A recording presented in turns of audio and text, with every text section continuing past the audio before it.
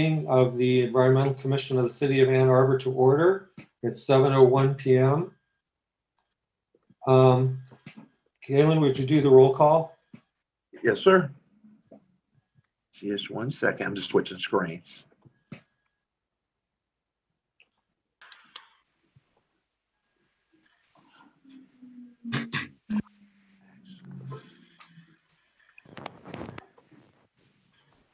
Okay. Hang on 1 second.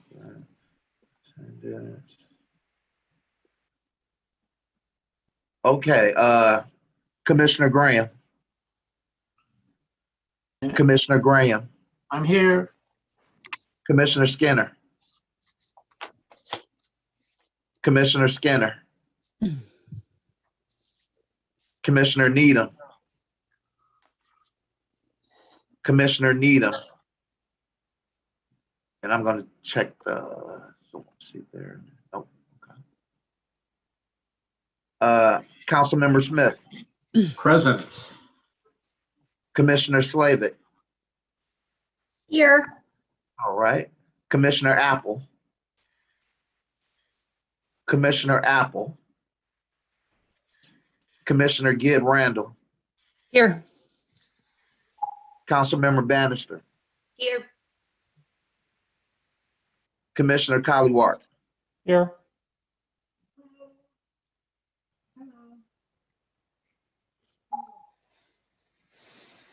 Commissioner Chairman Brown. Here.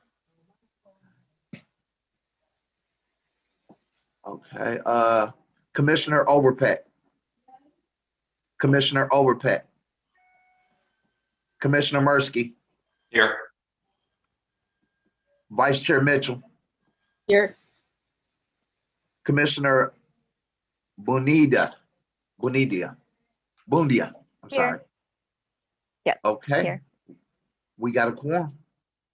Okay, thank you. Thank you, Galen. So the next item on the agenda is approval of the agenda. Now, let's see.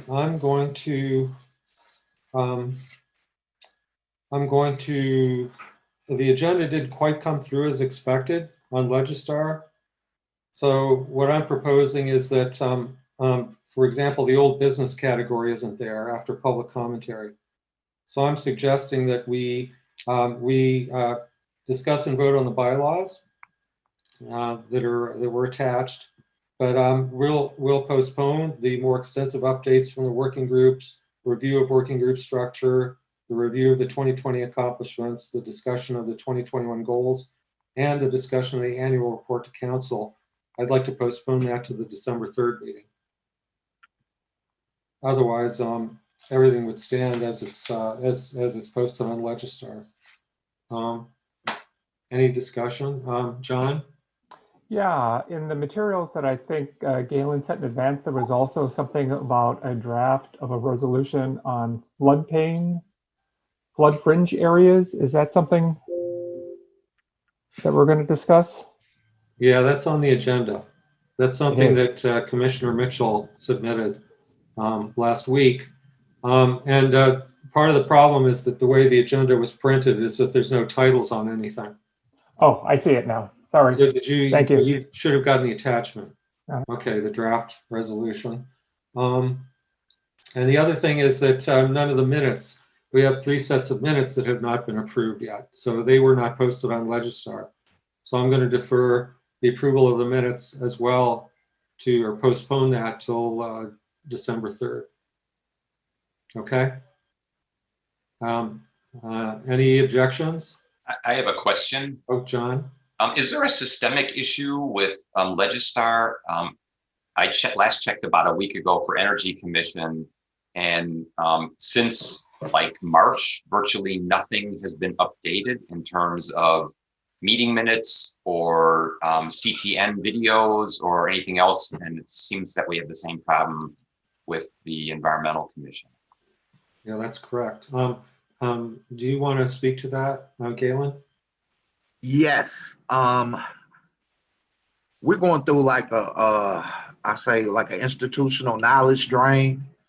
We lost Kelly Beatty. You know, he was our go-to guy for Legistar. Yes. And then we lost Anissa, who's recently come back now, you know, as a contract employee. So that's one of our issues, you know, like we don't use Legistar every day, and that's no excuse now.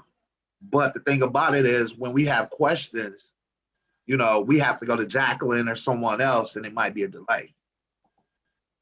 But I don't know if there's anything structurally wrong with Legistar, you know, but it's just that we need to increase our knowledge and just get better at it. So I'm not going to make any excuses for us. You know, Okay. we just got to do better. Yeah. Part of the problem I've heard is that there's no dummy setup that you can use to practice with it. No, we No. don't use Legistar until there's a request. You know, it's not something that we pick up. We might open up Legistar twice a month. And I just really started using it in July after, you know, Emily left. So it's on the job training, but there's nothing that we can really go to and practice with. Mm-hmm. Okay. All right. So if that's okay with everybody, I'm going to modify the agenda to eliminate the approval of minutes and postpone that till December 3rd. And we will only, and for old business, we're going to talk about just about the bylaws.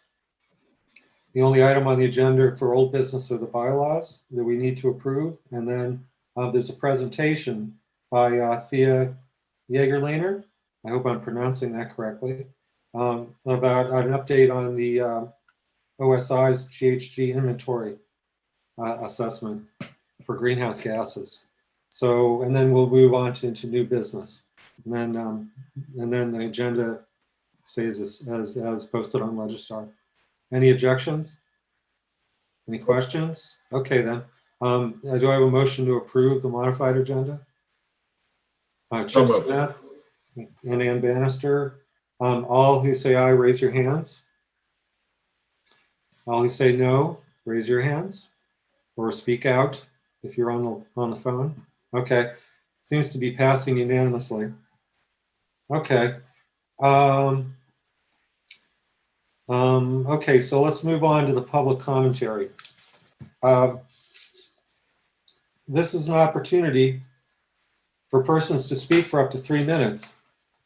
Please call either 213-338-8477 and enter meeting ID number 924-909-5613, or you can call 206-337-9723 and enter the same meeting ID 924-9093-5613. This information is also displayed on the meeting agenda and video feed.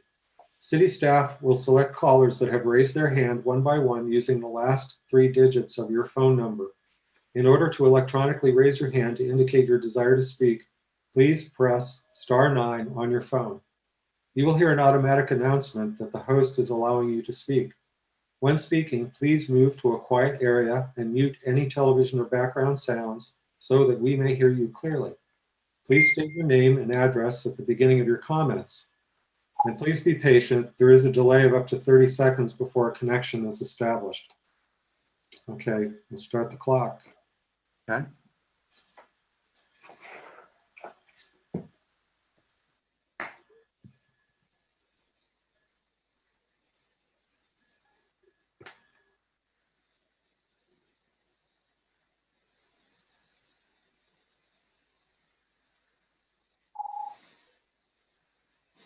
There are no calls.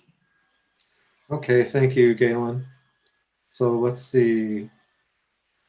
I need to put Galen, do you have the bylaws readily available? Somehow I've lost them. You want me to share my screen, or would you like to share yours? I can just switch. Yeah, why don't you share your screen with the bylaws? Okay. Somehow they've disappeared from my computer here. Okay, just 1 second.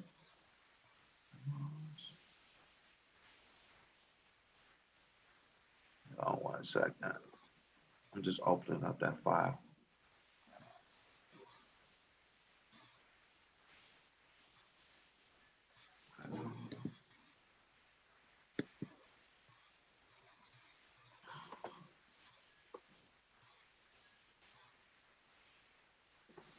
Oh, here it is. I got it. Bylaws.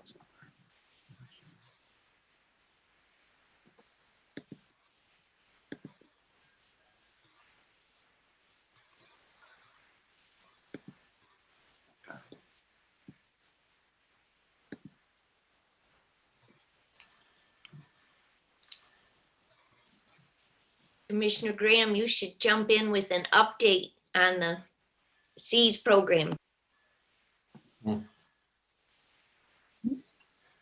Okay, so let's see. Thanks, Galen, for posting that. Has everybody had a chance to review them? The bylaw changes? So let's open the discussion. Is there, raise your hand, please, if anybody wishes to make a comment about these suggested bylaw changes.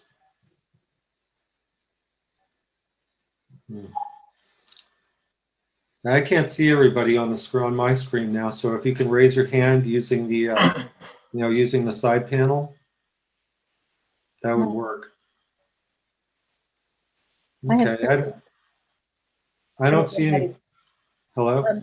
This is Rita. I don't know how to raise my hand, but I will raise my voice, if that's okay. Sure. Okay. So I had just two minor comments. One on page 2 of the document, there's a sentence that looks like it's incomplete where it says clean production. And I'll find it in a second. Number 7, to advise the city council and city administrators on all matters related to sustainable development, clean production, and environmental technologies. It looks like it's incomplete to me. I assume that the intent was clean energy production. Does anyone know? I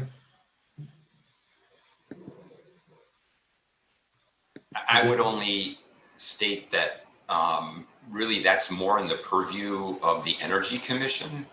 I don't know of anything that we're doing in the Environmental Commission that has anything to do with green energy production. Even landfill methane capture and energy production is something that's handled by the Energy Commission. We may want to strike that entirely. I'm neutral on it. It just seems like a little red herring. I agree. Well, wait. I looked at some of the older minutes and I mean, some of the older bylaws, and I think the intent there is clean production technologies, period. Oh, let's add the word. Remember that if there's manufacturing in the city here, that, for example, the Gelman plume, there was manufacturing at that site and there was some contamination that resulted from an unclean production process or an unclean disposal process. So I think that's what was intended, not just energy production specifically, but clean production. So could we add a word someplace? Some particular correct word? Well, what does it If say? we also scroll down to the area, Galen, would you mind scrolling down to the area that we're talking about so that we can just have it in front of us? Yeah, it's page 2, number 7, Galen.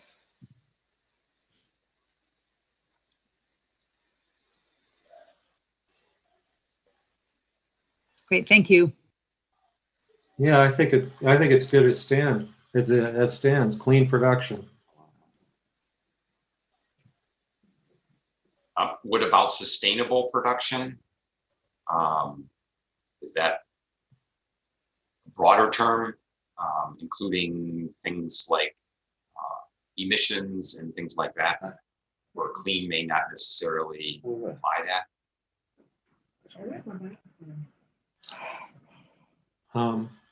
Well, I think, clean production to me means exactly what it says, that it's something that does not produce any environmental hazards. I think that's the intent. That you have production that does not provide some clean production methods or and environmental technologies.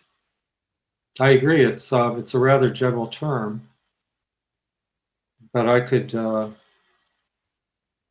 what about just on all matters related to sustainable development, production, and environmental technologies?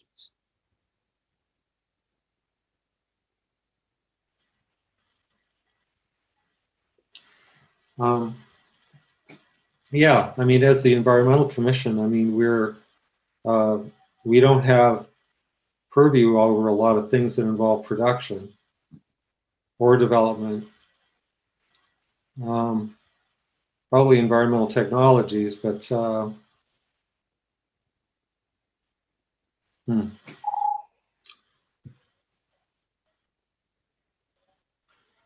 anybody else have a comment? I agree it's not the greatest phrasing, but my feeling is sort of that this body exists because the city council created it, and if they want us to speak about sustainable development, clean production, and environmental technologies, that's what they want us to speak about. I'm inclined to leave the language as it is. Okay. I agree with John. Actually, I think sustainable development, production, and environmental technologies, I think is probably more accurate in terms of what we, because it's messy stuff. Yeah. Like we can't guarantee anything it's clean, you know? So it feels like sustainability is also like it's a way of looking at trade-offs and things like that too. And so I feel like sustainable encompasses more complexity than just clean. So I guess that's where I would lean. I still think that we do advise on, you know, development to a certain extent too, and production and environmental technology. So I guess I'm in support of how John had edited it. Yeah, I think that would seem to be appropriate. Yeah. Many of those others are very generic terms or general terms. I mean, not generic. So I think it would be okay just to strike the word clean. Works for me. Shannon said it better than I did. Thank you. Sorry? Shannon said it better than I did. Thank you. Okay. All right. So there's been one suggestion for an amendment to them. Does Well, I had a second one, Steve. mhm. And that is on page 3, number 4.5.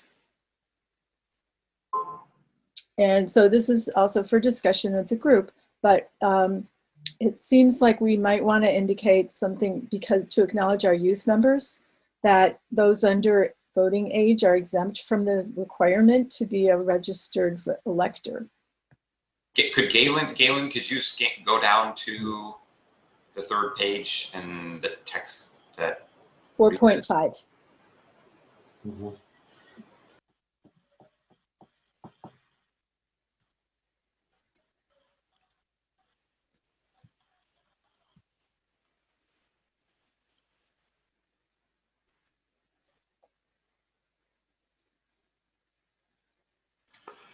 Okay, so there's two ways this can be done.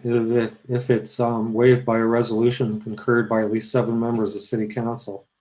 So as part of the Youth Commissioner appointments, they could insert a clause to waive that requirement for the Youth Okay. Commissioners. Yeah, that's good. What do you think about that, Ann and Chip? Yeah, I think so. Yeah, it wasn't covered somewhere else when Chris Frost updated these bylaws before. So if there isn't something special about youth members, I think Reed is right that they don't have to be a registered voter. Mhm. Okay, well, we But I could do think that. what Steve was suggesting is just that in their nomination, they could have that registered voter requirement waived. So that's good. So thanks for talking that through.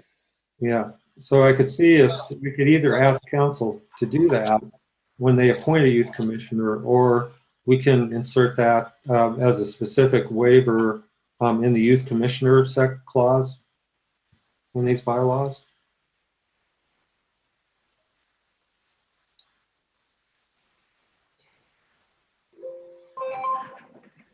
Rita, did you find the youth commissioner clause? That'll take me a minute.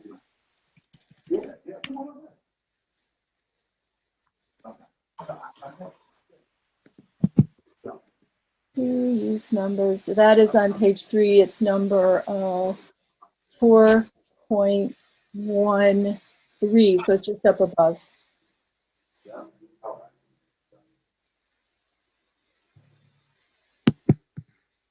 And it doesn't mention their No. voting status. Yeah. I kind of feel like that we've got it, that it could be part of the nomination process. Yeah, because all youth commissioners can be anywhere up to age 25. Right. So I think So as needed. Yeah, the specific instruction would be for youth commissioners under the age of 18. Yeah. 16. Right, for youth commissioners 16 to 18. The council should insert a clause in their appointment to waive that requirement. Okay. How's So that? Given that, I don't see any But need to. is the youth commissioner position open to students who maybe aren't registered to vote Yes. in Ann Arbor? So would that be another exception that would need to be made? Well, that's true, because we do have other, commissioners who are not residents of the city of Ann Arbor. Do we? Because I know with planning commission, you actually have to be the part of what that may be getting at is that you need to be a resident of the city of Ann Arbor. Mhm. And if you're an elector, then, that may be the way of covering that. So I'm wondering, because I just tried to look through the other stuff to see if there was any other thing, any other piece in that, but I'm pretty sure that you have to be at least on planning commission, you have to be a resident of Ann Arbor unless you get some sort of waiver from the mayor. There's something that's like an exception that can be made, but the standard is that you're a resident. The planning commission is a little different in that it's governed by state statute. The other boards and commissions are established through either policy or resolution or city ordinance.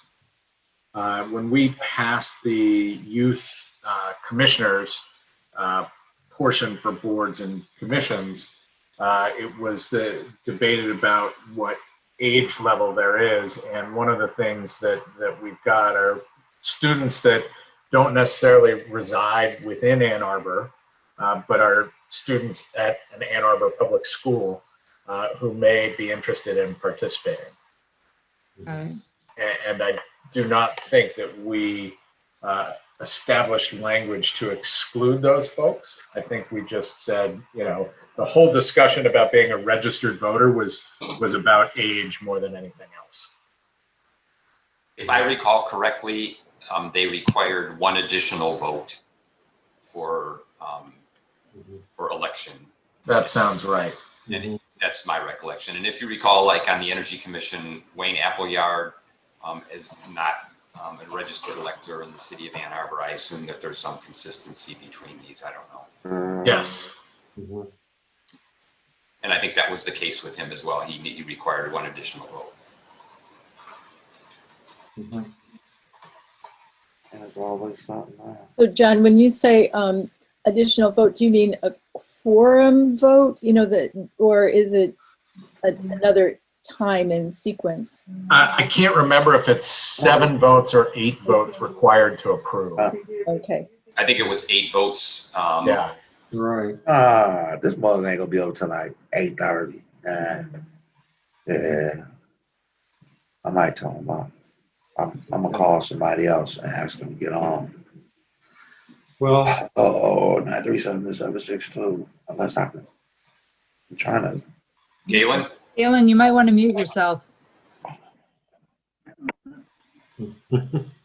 okay. Well, you know, my thinking about this now is that this is actually a right. This is a responsibility of City Council.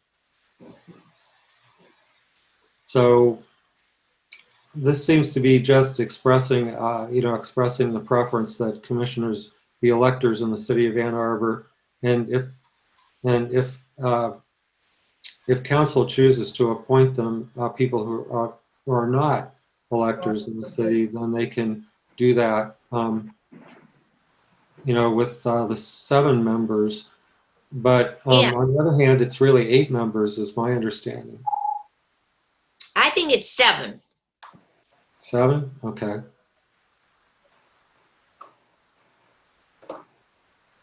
And that resolution might be the nominating resolution too. Mhm.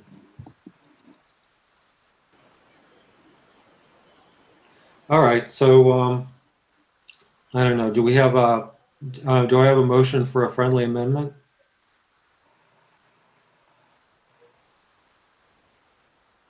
Let's see. I thought it doesn't need an amendment anymore. Yeah, I don't think so I either. don't think it does. So I appreciate your time talking about it, but I don't think it does. Okay. So, all right. So we have. So there seems to be a consensus that we don't need to change that clause 4.5 or 4.1.3. Is that correct? Okay, I hear no objections. So are there any others? Okay, I don't hear anything. So I think we would. I have one suggestion to amend them by striking the word "clean" from Article 3 on page number 2. Let's see. Do I have a motion to approve that amendment? Rita and John. Okay. All who approve, say aye. Or raise your hands. Aye. Aye. Aye. All who disapprove, please say no. Nay. Okay. So I suggest we approve. So I suggest that we approve the bylaws as written, except for this one correction. Do I? So I move that the bylaws be approved as amended with the one change. Is there a second? Second, I'm sorry, who is that? Rita. Rita.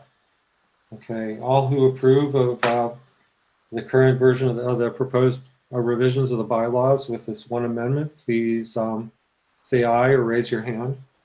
Aye. Aye. Any opposed? Say no. Okay, the bylaws pass unanimously as amended. So the next item on the agenda is a presentation from Thea Jägerliner. I hope I'm pronouncing that correctly. Galen, could you allow Thea to share her screen and post her Yeah, presentation? I got you. And then I believe Ms. Wu wanted to speak briefly before the presentation.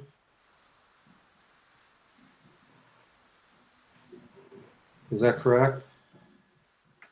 But I don't see her here on the line. No, she's not on the line.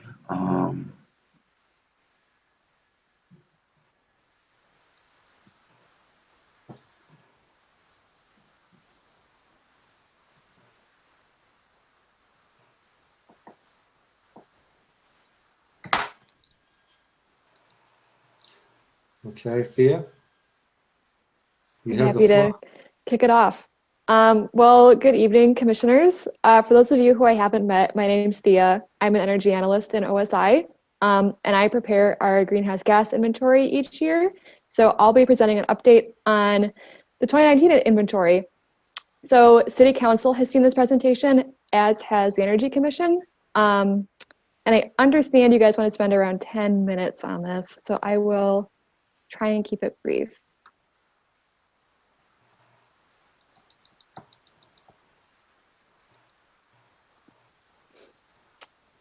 Can you see my presentation okay? Awesome. Yes. Yes. I will kick it off then. So this is a quick overview. We're setting up what I'll go through. The long-term trends of our community submissions, also go through what we currently account for in the inventory, and then our planned improvements for the future. And then just as a reminder, and for those who are watching in the public, our greenhouse gas inventory is especially important for our city's H2 plan because it provides a consistent system to measure our progress towards our emission reduction goals.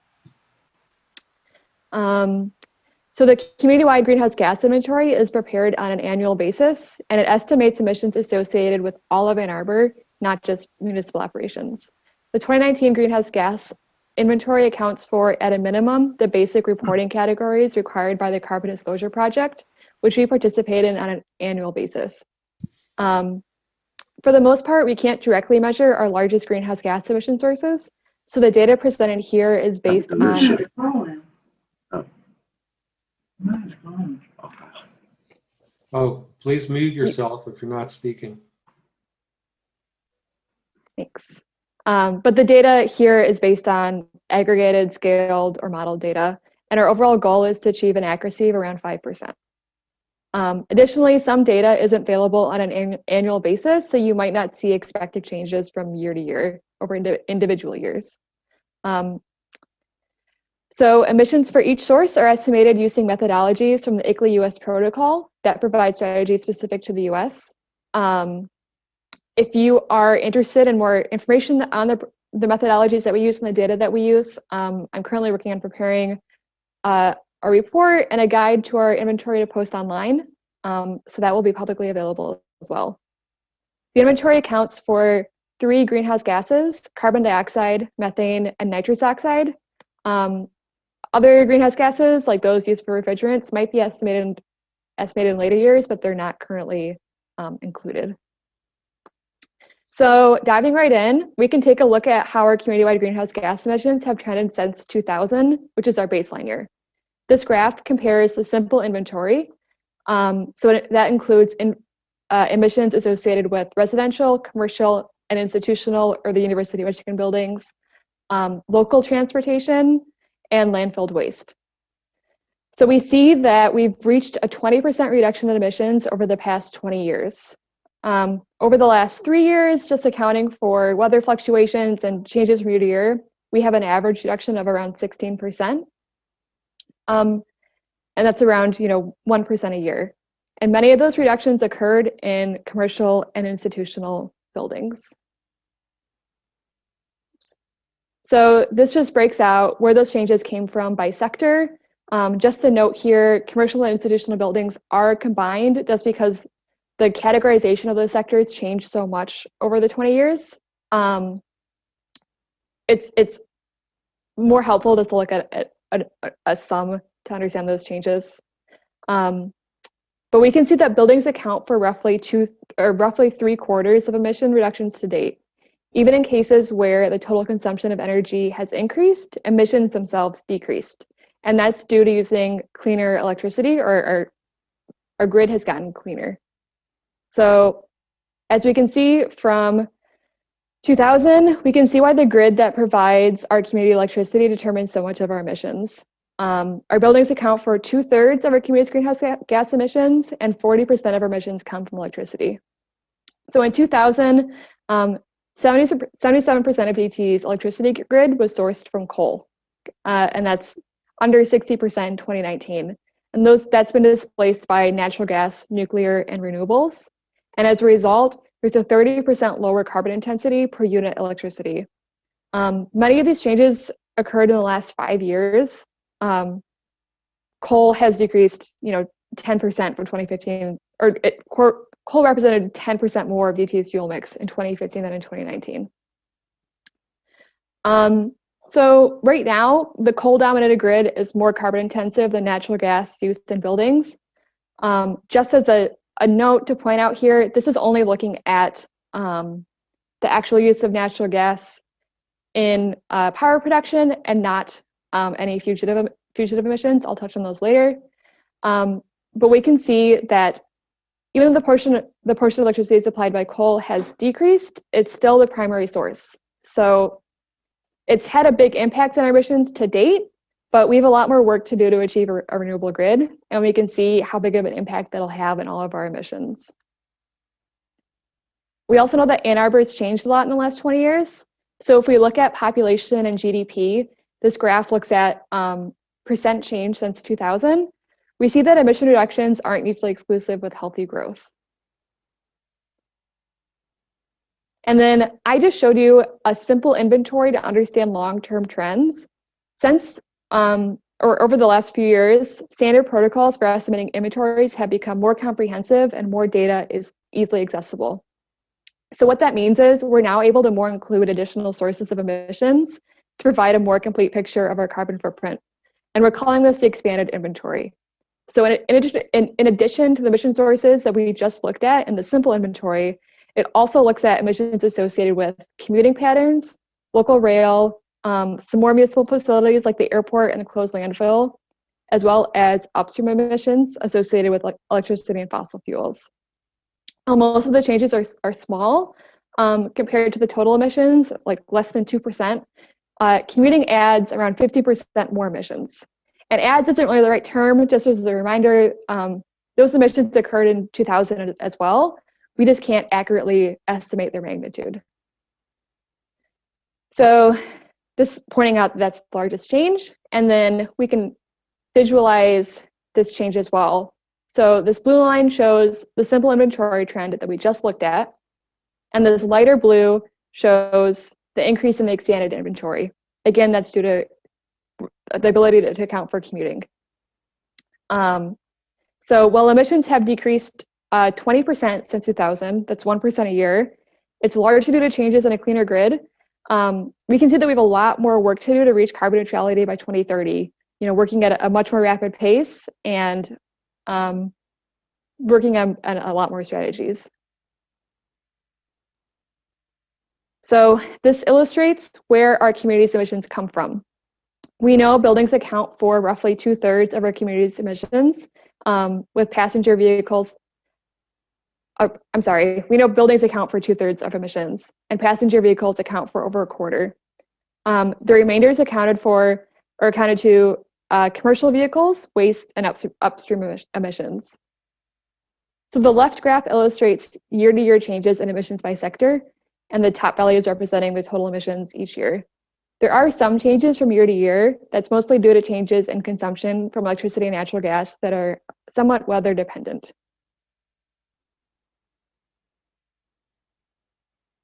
We can also look at the sources of our community's emissions. So what fuels are our emissions coming from? The use of electricity represents the most emissions in 2019. The portion of emissions is expected to, this portion is continued to decrease as planned changes from DT and U of M come online and more coal is phased out. However, a natural gas powered grid will still have significant greenhouse gas emissions associated with it. Just as a reminder, the 820 plan targets securing 100% renewable energy for our community to eliminate emissions associated with electricity consumption. So looking at the pie chart, we see that then natural gas and transportation will become our largest sources of emissions. And that's why it's really, really important that we also address those. And that just reflects the 820 strategies.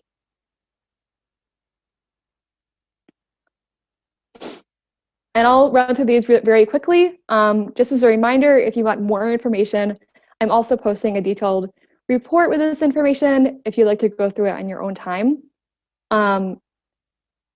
Again, stationary energy emissions are roughly 2/3 of total emissions. And since 2000, there's been a 22% decrease in emissions from buildings. And that is largely due to the changes in the grid.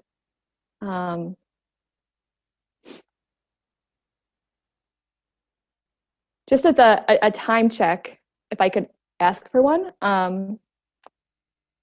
I can either skip through these, or if you'd like, I can run through them shortly. No, why don't you go? Oh, Okay, thanks. So University of Michigan buildings or institutional buildings, emissions decreased 8% since 2015. And that was just due to a spike in natural gas consumption that's uncorrelated to how cold that year was or how much heating degree days there were. In fact, institutional consumption of electricity and natural gas are negatively correlated with cooling and heating degree days. That means it's like not very temperature dependent. The pie chart just points out a portion of that natural gas is used to generate electricity in their central power plant.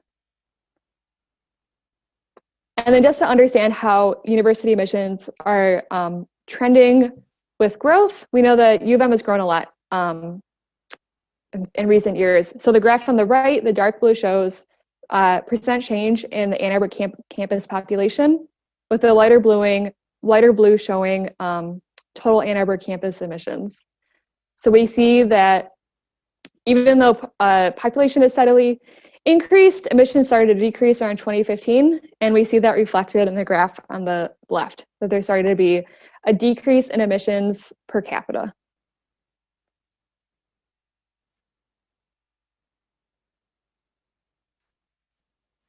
Oops. In residential buildings, they've decreased roughly 20% since 2000. That's largely due to a cleaner grid, but natural gas consumption also decreased around 13% since 2000. At the same time, the use of electricity increased. So since 2015, residential emissions have remained fairly steady, but natural gas emissions are strongly correlated with heating degree days. I think I have a quick illustration just to point out. The bar graph is how much natural gas was consumed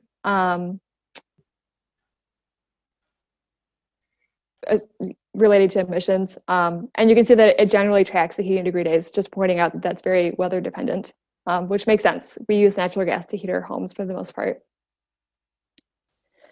In commercial buildings, the combined total of commercial and institutional emissions, or commercial and industrial emissions, have decreased 22% since 2000. From 2015, commercial emissions have decreased 32%. That's because we see that commercial emissions largely come from the use of electricity, and that's strongly correlated with cooling degree days. So that's how often you probably use electricity to run AC to cool things down, because you need to address high temperatures. So we can see the yellow bar showing cooling degree days, that the use of electricity generally tracks those. In terms of transportation, overall these represent 30% of our emissions. We account for local passenger and commercial transportation. We now also account for commuting patterns, so emissions outside of the Ann Arbor boundary, and local buses, rail, and aviation. It should be noted that non-local, so like the scope 3 buses, rail and aviation trips, and non-commuting long distance passenger vehicle trips are not currently estimated. So if you jump on a plane in Detroit Metro to go on vacation, we're not currently able to track those emissions. In local transportation, we account for passenger and commercial vehicle trips that begin and or are fully contained in Ann Arbor. So since 2000, local transportation emissions have decreased 16%. And we see that since then, the miles traveled actually haven't changed that much, by only around 2%, which isn't that much. And so this is largely due to an increase in vehicle efficiency since then. So our vehicles are about 17% more efficient. Passenger vehicles represent most local transportation emissions. We base these off of vehicle registration data for Washtenaw County. So that's where that split comes from.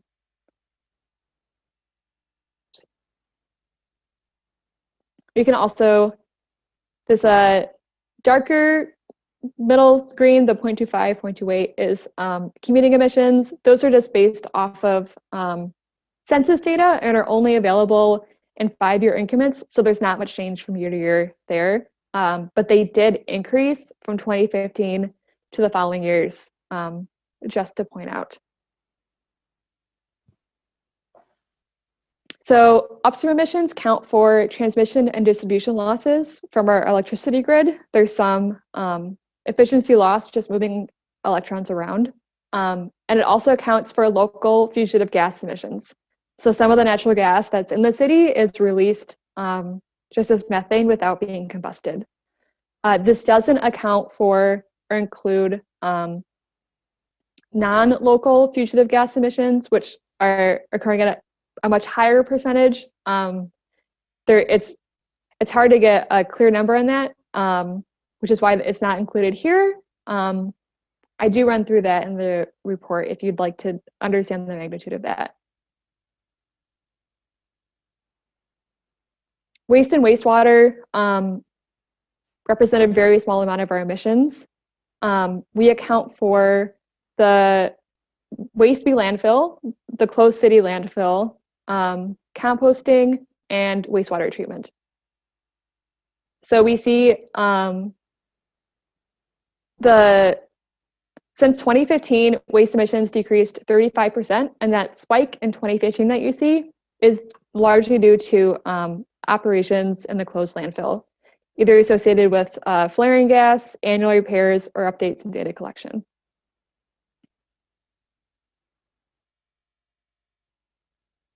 So just to wrap up, in the beginning of this presentation, I went through our simple inventory, and that allows us to evaluate long-term progress compared to a 2000 baseline.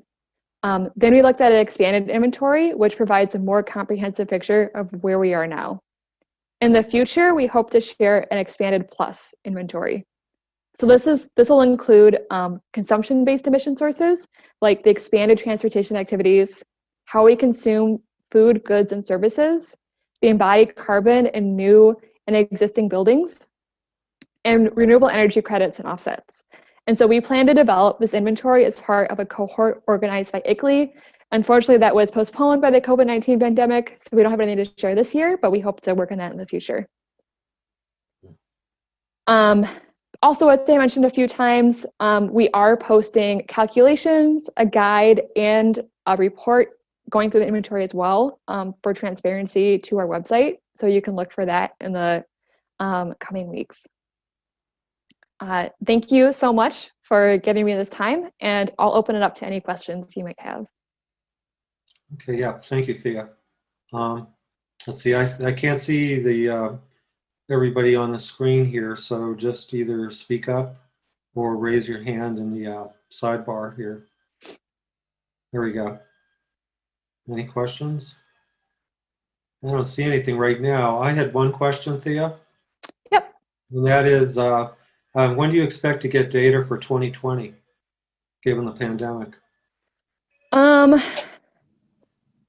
Most of the data is fairly straightforward to collect and shouldn't have a big difference. I mean, some of them we get internally. Some of the data that we get from external parties might be a bit harder to get a hold of. We'll see how big of a change that is. So that might be looking at our transportation study, or some sources like that. It honestly just depends on where organizations have faced staff time reduction. So Okay. we'll see how that plays out. Okay. Any other questions? Shannon? Yeah, I'm just wondering if you all have a system in place to be able to track how renewables in the city are happening, like in terms of the Solarize program or people that have done things outside of that.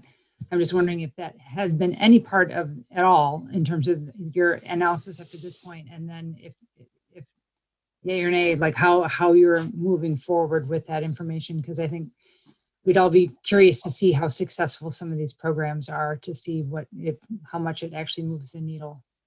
Yeah, so we are kind of indirectly getting some of that in the inventory. We get aggregate electricity consumption data from DTE, and so they don't none of that data includes solar energy that's produced on site and consumed on site. So indirectly, we're accounting for it.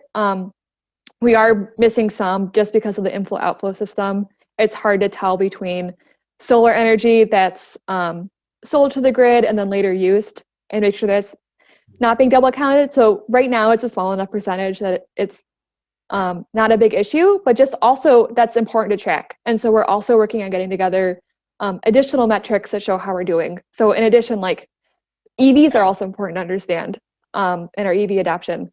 So we're looking at ways to easily get that data and then display that visually in a way that's like very easy to understand for the public. So in progress as well. Okay, any other, Rita?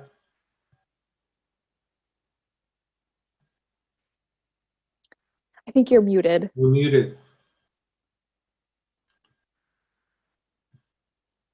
Pardon me. You're tracking the embodied carbon of buildings. Have you considered looking at the embodied carbon of trees? Yeah, so that is part of a current study going on that we're working with some University of Michigan students who are looking at quantifying our current tree cover and the emission reductions associated with that. In addition, we are trying to look forward at new trees being planted and just trying to figure out the best way in an inventory to both present the current trees and also trees that are planted. So we know that when you plant a tree, the emissions don't happen immediately, and it also depends on the success of that tree. So it assumes that that tree is watered every year and makes it to adulthood. So we don't quite have the exact protocol figured out and how to account it for it, but it is in process. Okay, thanks. Yep.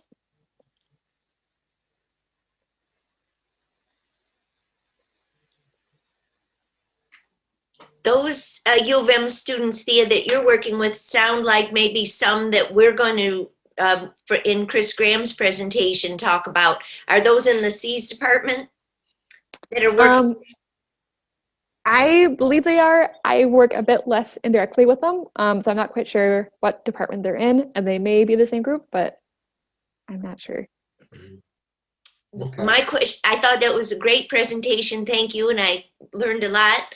And I just to follow on Rita's question about the embodied carbon and the whole expanded inventory, how soon is that going to be? Like a long time for the expanded inventory, or are things moving quickly? Well, for one, it is a newer thing to do, and so we do need some support to do. So we are waiting for ICLEI, the organization I mentioned, to have the capacity to run that cohort.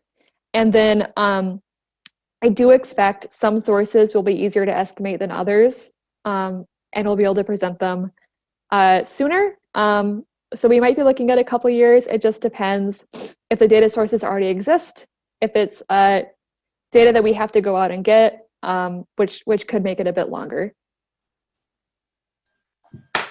Thank you. Okay. All right. Well, thank you, Thea. There's no more questions. I had a comment, if I may. John, yeah. Thank you, Thea. Just a couple of things for us to ponder, I think. I think while the report is excellent and the methodology is really great, I think the report should be sobering for all of us in the sense that we're reducing greenhouse gas emissions at roughly 1% per year. Almost all of that is due to changes in the grid from DTE and not from things that we are doing at the city level or as residents. And we know that DTE's target for carbon neutrality is 2050. So it's way, way past our target.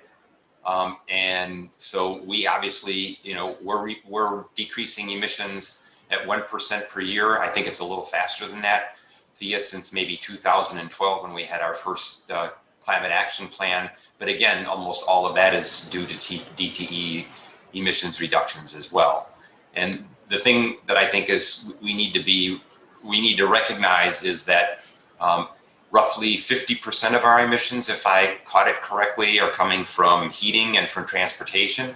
So heating is, furnaces and boilers and hot water heat. That's all coming from heating with natural gas, and transportation is all from gasoline and diesel. And those are typically, capital investments in a business kind of sense. These are things that you just don't stop doing today, and then you have something new tomorrow. You're talking about spending $5, $10, and more $1,000 to change. And these are things that people just don't change on a dime. So we really have a huge challenge in front of us. And I think we need to do everything we can to help OSI and to work with our fellow residents. And just one last comment, and that is it's the area under the curve that's important. So it's not like we can go at 1% per year for another 4, 5, 6, 7 years and then reduce our emissions dramatically in the last couple of years. We will have emitted far too much, and that will impact then global warming, and we all know the consequences of that. So thank you, Thea. Okay, so thanks, John and Thea. So let's move on to the next on the agenda, new business. First thing up is Chris Graham. He submitted a proposal, the C's proposal, and a resolution for support of the C's proposal. I think, Chris, you have the floor. Thank you. Most of you should have a copy.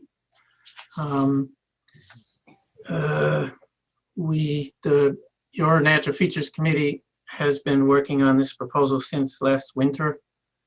The idea is to try to enlist University of Michigan master's students to help us with really two things that are pretty important. First, to use existing remote imagery technology and software to greatly upgrade our woodlands map, our natural features woodlands map layer. The information in that layer was developed in 1990 through a contract with a vendor for the city. It was an extremely rough compared to today's standards set of information, set of data. Literally any sort of wooded area across the city, whether it was a buckthorn thicket or a plantation or a neighborhood with a lot of trees or a native forest fragment, the data we have doesn't distinguish. Much less does it distinguish within native forest fragments, some of which are quite large communities, plant communities. Jason Talent is a GIS person and already is doing some of this work, as those on the committee know, with the university. He's recruited 2 or 3 really very capable people who are also working in this area to help with the team. The second part of the proposal is again responding to the Natural Features Master Plan and the set of recommendations the Natural Features Committee made a couple of years ago about whether and how, where are we at with natural features, to begin to develop an outreach program. The idea being that neighborhood by neighborhood, we could reach out across the city and teach people about the natural resources in their neighborhood, about their water resources, about how to better retain water on the land, about how to have and operate and do a much more sustainable landscape. Probably one of the foremost pieces of that puzzle is a whole lot less turf grass. In any case, we are intending to ask the students if they will help us develop graphic materials, and I don't know, they'll have to design it themselves, but how best to reach out and and educate people and get them excited about their neighborhood and what can be done with it to make it more sustainable. Thanks to Ann Bannister, the council approved a similar resolution earlier this week, and we're hoping that you'll join them and give us the strength of city resolve to take to the students and say, we really do want to do this. So I would move the resolution, and I hope someone will second it, and I hope you'll approve it. Second. Is there a second? From Bob Needham, first. All right, so the floor is open for discussion. Does anybody wish to make a comment? John Calloway. I support the concept, definitely. Just a question on process. If council has already supported this, do we really need to pass a resolution? No, but I'd appreciate it. It's just one more piece of strength showing to the students at the university. This is a competitive process, and we're hoping to get them interested. So the more we are interested, the more they will be. Mm-hmm. Okay. Yeah, to me, it's an important goal that we have an updated online natural features inventory. So I don't know how this, I'm assuming this incorporates all the city parks as well. Yes. Mm-hmm. We have, though they haven't yet been included in the new natural features pages on the city's website. The parks have, over the years, distinguished plant communities within them. And of course, probably the greatest number and highest quality of the native forest fragments are on our parks. Mm-hmm. So they're very important. They're very important as models for what can be done elsewhere in the city, to the extent we can encourage people to restore some facsimile of our native forests. Mm-hmm. Okay. And is there some connection with the university's property and the Ann Arbor Public Schools as well? All property in the city will be part of this project. Yeah. Okay. All right. That's wonderful. So we have anybody else wish to make a comment? I don't see any hands. So there's already been a motion to vote on this. So all who approve of this resolution, please raise your hand or say aye. Aye. Thank you. All opposed? Anybody opposed? Thank Okay, you. it passes unanimously, Chris. Okay, Wonderful. good luck. Thank you. I appreciate it a lot. Very excited. Yeah. So the next item on the agenda is a resolution that's been submitted by Rita Mitchell. It's about fringe, about the flood fringe, development in the flood fringe. So Rita, you have the floor. Thank you. Would you display the resolution, the draft resolution? Oh gosh, through your screen? I wasn't ready to do that. I think. So Galen? I've got it if I can share screen. If you can do it, Anne, that's great. Yeah. Well, I don't I'm not authorized. Yeah, she has to be allowed to. Galen, could you? So Galen, could you give Ann Bannister permission to be the host? Okay, Ann, you're your host. You're a host now, so you can share your screen. Okay.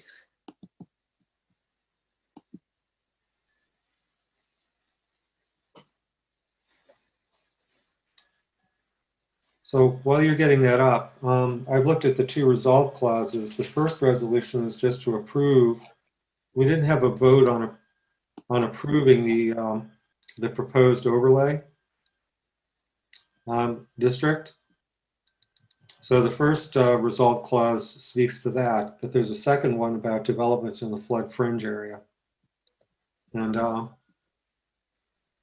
And I personally don't quite understand what is in the, I understand the sentiment behind it very strongly, but I don't understand how that might affect what the city is legally permitted to do, and what, and also keeping in mind that each individual project has to go through the planning commission and be voted on by city council, presumably.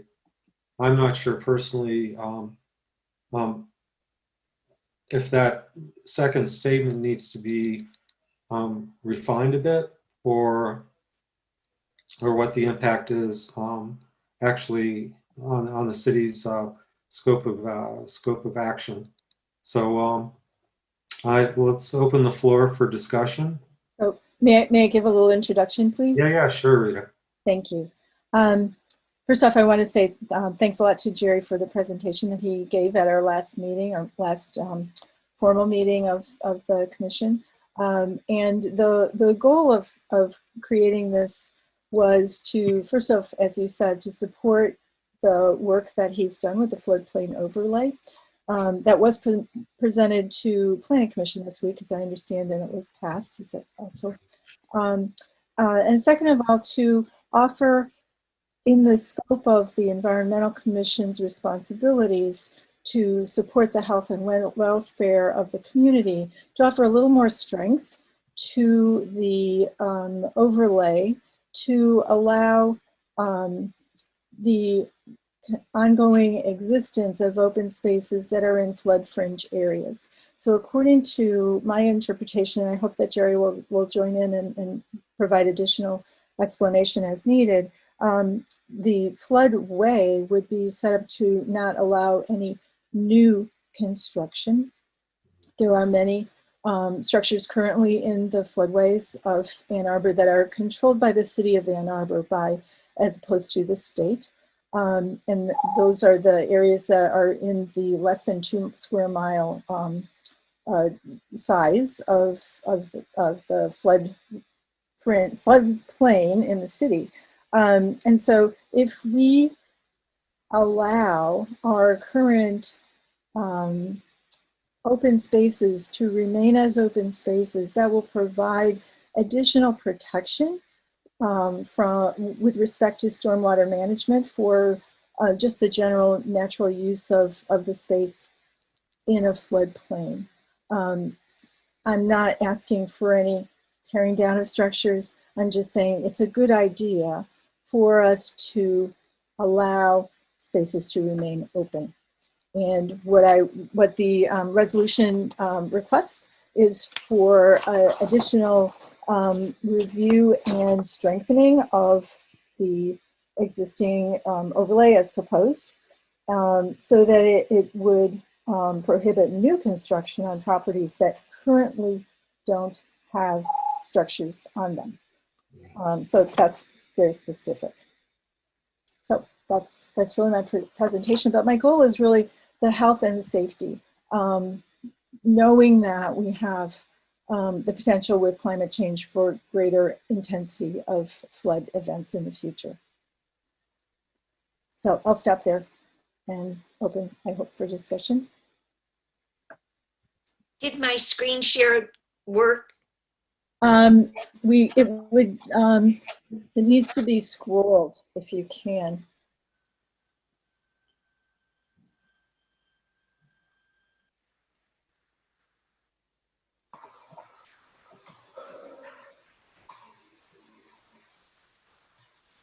Or could I have the commissioners had a chance to read the document as submitted?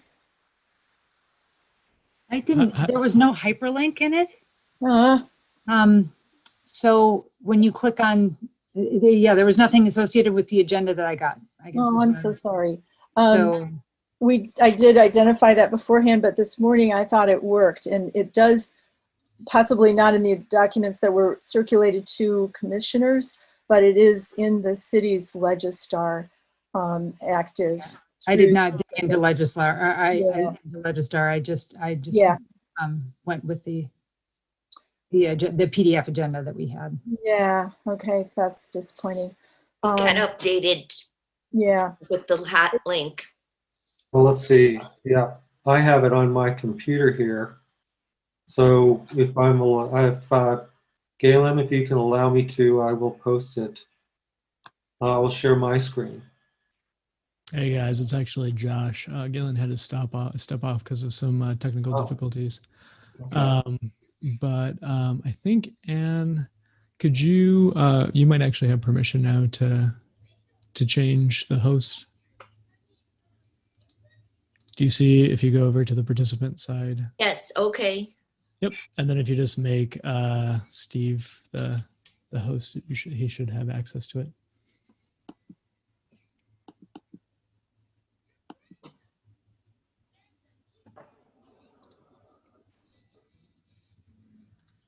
I'd just like to add that I appreciate the consultation that I got from Jerry Hancock on looking over this.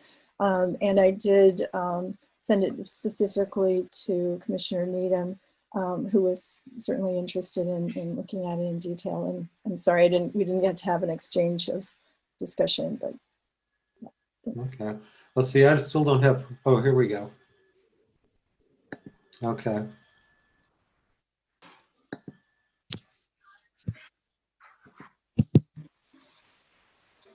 Okay, so here I have it on. Can everybody see that? Yes. Yep. Yes. So Rita, you need to tell me where to move it to. Well, I think we should let the commission read it and give about 10 seconds or so of reading time at least, and then scroll.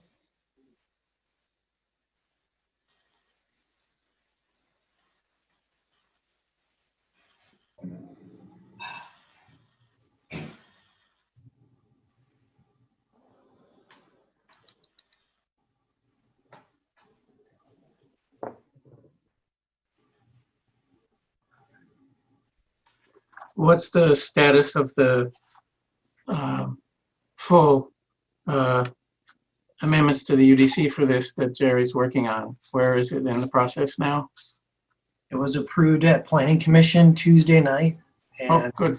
it will be scheduled for City Council at first reading November 16th and second reading December 21st. Wonderful.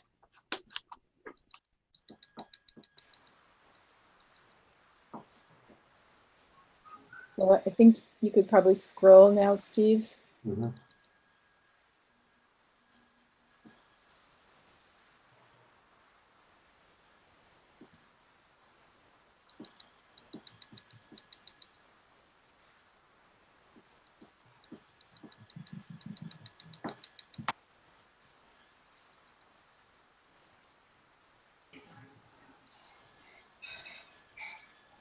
Everybody okay to move?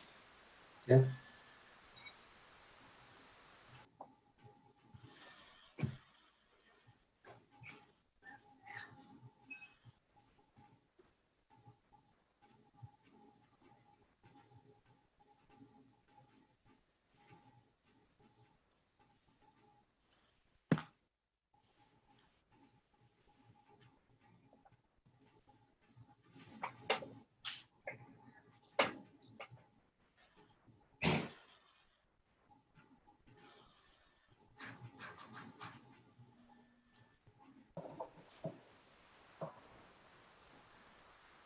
Maybe you can move it up to show the last result.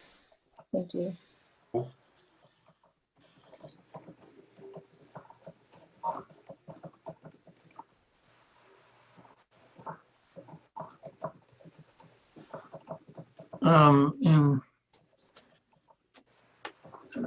In the fourth paragraph from the bottom and the fifth and third paragraph from the bottom, it caught me trying to read this. Whereas Federal Department of Housing Urban HUD prohibits use of funds for building in flood fringe areas.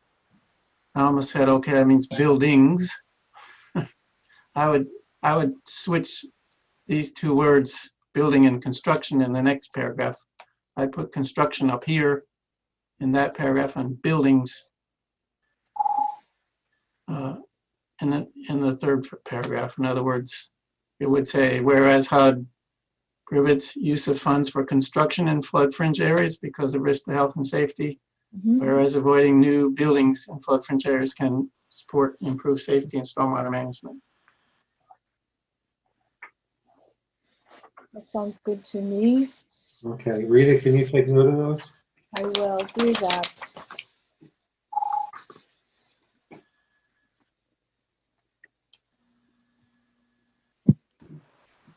I just got a notification from Chip about an email. Chip, do you want to kind of summarize what you just sent out so that we could? Yep, sure. So this is the email that I just sent out was sent to Planning Commission and to City Council by a group of 35 West Side property owners who all own houses that are either in the fringe or in the floodplain. They have a number of concerns with the ordinance as it's currently written, as it limits their ability to rebuild in the event of disasters.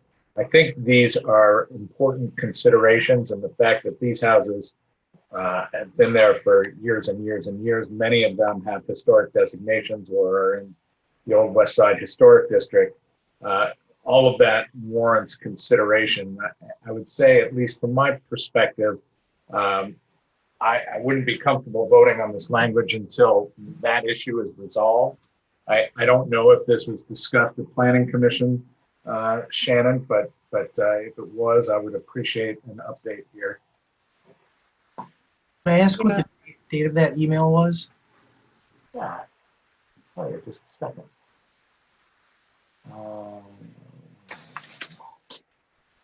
October 18. There you go. And then I actually had to join the Planning Commission late on Tuesday night because of parent-teacher conferences, but Jerry, however, was there during the whole discussion, and so he might be in a better position to be able to summarize. I do know that resident concerns were brought up and that Jerry did summarize. They had, Planning Commission had asked him to have another public input meeting because you know, it takes time for people to kind of figure this out, that it's going on. And they had a really robust first session, but they hosted a second one where they really got into some of the minutia, I think, of how to, you know, what they have the freedom to do and not in terms of their homes. So I know that was certainly discussed, but I don't know that we ended up actually changing anything. Jerry, correct me if I'm wrong, but that it seemed like it went forward as it was. But it is something, I think, though, that is very much still being kind of figured out by residents. And I too feel like it would probably be good to let some of that settle a bit before I'm ready to just kind of race forward with this. And also just because we're kind of reading it on the fly here. So I guess that's my take on it. But Jerry, I would appreciate any comments you have, since you were there for the whole discussion and I was only there for probably the last 10 minutes. Yeah, so this particular homeowner group has provided comments at several points along the way. And a couple weeks ago, we had a workshop, and it was a 2-hour-long workshop. And I would say 70% of the conversation was addressing the questions and comments of that group. And the overwhelming majority of the comments and questions are about current code, not necessarily the code changes. It's already required by code to elevate properties when you do substantial improvements in the flood fringe. The building code already has definitions for substantial improvement, which we spent a lot of time going over. So there's very little in the way of change in the proposed ordinance in the flood fringe from current code. We are proposing to elevate 1 foot higher than what is currently required. And then there's one change in how we calculate substantial improvement. We're putting a time frame on it over 10 years so that people don't come in and piecemeal a project together to avoid the current regulations. So So I'd be interested in seeing what their concerns still are. I haven't seen any correspondence from that group since the workshop. Yeah, this was sent to the Planning Commission on the 18th in advance of their discussion on the 20th. And I The just public want meeting was held quite a few days before that, correct, Jerry? Like the second meeting that you had? When Yes. was that? And It was 2 weeks ago tonight. okay, great. All right. And I would just like to point out that the second resolved in this that we're looking at tonight applies to areas that do not have construction. So these are areas that are, I'm conceptualize them as properties that don't have construction on them right now, as opposed to people who own houses that have, that they live in that are in flood fringe areas right now. So it's where no structures exist as of this date. So when I talked with Jerry, he said there aren't that many. But if we have them, it seems to me it's a worthwhile thing to prepare to not add to the risk that could take place for anybody, not just people who are eligible for HUD support, but for anybody. I have a question about how to interpret, or how, maybe Jerry, how this would be interpreted. This says it prohibits new construction on properties in the flood fringe area where no new structures exist. The question that I have is, what if there is a larger property with a flood fringe and floodway potentially also, that let's say occupies 20% of the property. My understanding is this would prohibit any new construction on the 80% of the property outside of the flood fringe, as written.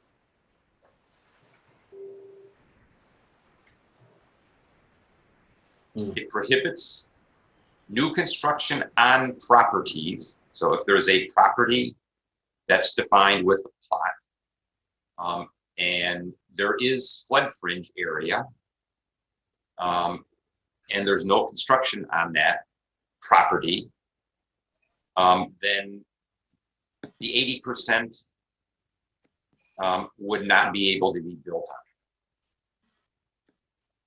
Is that the, I mean, that's the way I read this. I don't know how others read it, and I don't know if that was the intent. I can say that that was not my intent. Okay. But if there's a way to write it in a way that supports kind of the outline that you've described, I would take the suggestions for sure. Well, what if it's just prohibit construction? I mean, I think yeah, okay. I'll get to my second comment later. What about prohibit new construction in flood fringe areas where no structures exist as of this date? Isn't that what it says?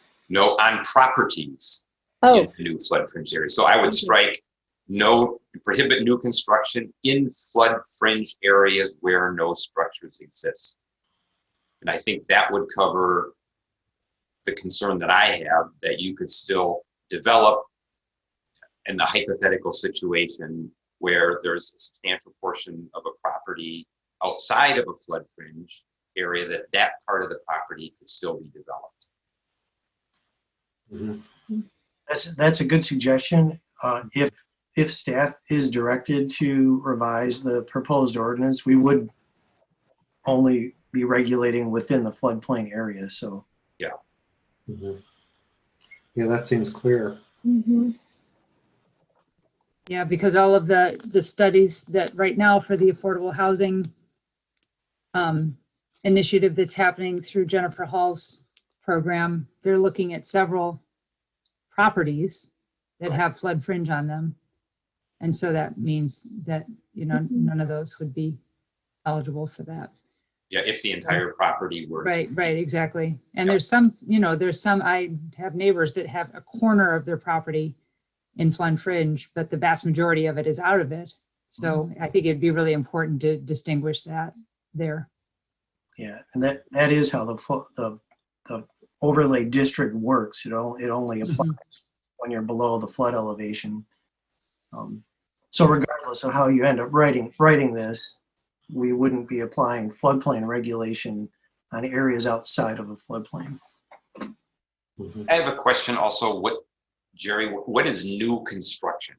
If I have an existing building and I raise the building, is that new construction? If I add something off the back, let's say hypothetically outside of the flood fringe area, or even if it is in the flood fringe, if I add something and elevate it, then the back or the side or whatever, is that new construction, or is that a different defined term? Like, is renovation fall under new construction, or is that an exclusive term? How is that understood? Independent of the proposed resolution here, how floodplain regulation works. Right. So obviously a brand new building would be new construction. Sure.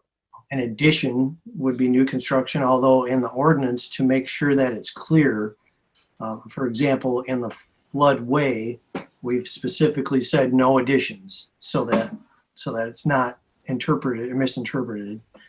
But I mentioned earlier, there's a concept in the building code that's related to floodplain development that's called substantial improvement. So if you have an existing structure anywhere in the floodplain and you're going to do a project to it, whether it be internal or putting an addition on it, if the market value of the project, or excuse me, if the project cost exceeds 50% of the market value of the existing structure, then you treat the project as if it were a new building and you have to bring the old one up to code. In other words, elevate or floodproof it. If the project falls below that 50% threshold, the existing building does not have to be brought into compliance. And that's because that's in the building code, Michigan building code, and communities are not allowed to change that. We're not proposing any changes to that. It's already a code, or already in the building code. Thank you. And Jerry, would you mind just restating what you've said to other groups about historic buildings, historic structures in the floodway and floodplain? Yes, so within that definition of substantial improvement, there is an exemption for historic structures. So in other words, you can maintain and improve a historic structure in perpetuity because that threshold doesn't exist. Right? Now, if the ordinance goes through, you couldn't put an addition onto a historic structure because that's outside of its footprint. And then the only thing that would cause someone to lose that exemption would be as if the building were destroyed to the point where the Historic District Commission no longer considered it a historic structure.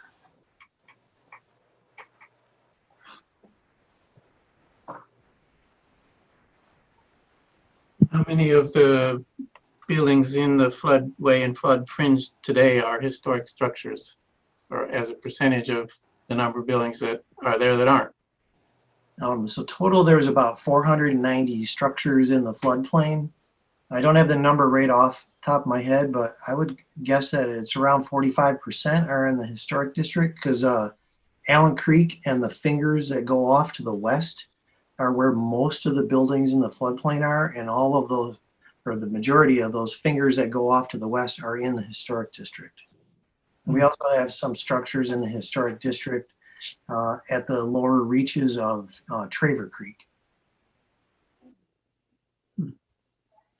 They just have to be in the district, even if the building itself isn't historic, or does it have to be an historic building in the historic district? So the way the building code is written, it has to basically the structure has to be considered historic. So if it's a 1950s house in the historic, in the Old West Side, it wouldn't qualify in the same way as something that was built in the late 1800s in the Old West Side.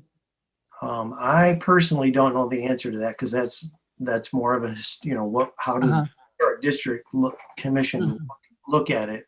I think you're correct, though, because they have a term of contributing or non-contributing. Right. Okay, that's right.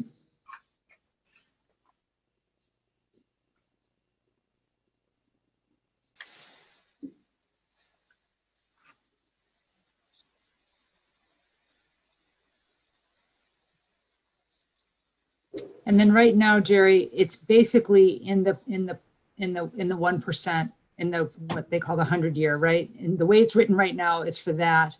And there's sort of room for the 0.2 or the 500-year, as they say.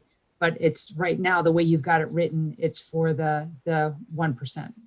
Yes. Am I correct about that? Yeah. Yep. The regulations apply only to the 1% floodplain area. Where the proposal is buildings within that 1%, we're asking that they be elevated to the 0.2%, which is called the 500-year. So, but not regulating that horizontally.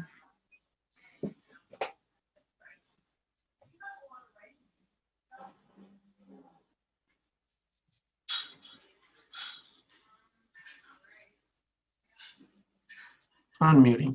There's comment in the email from folks in the neighborhood out west about market value.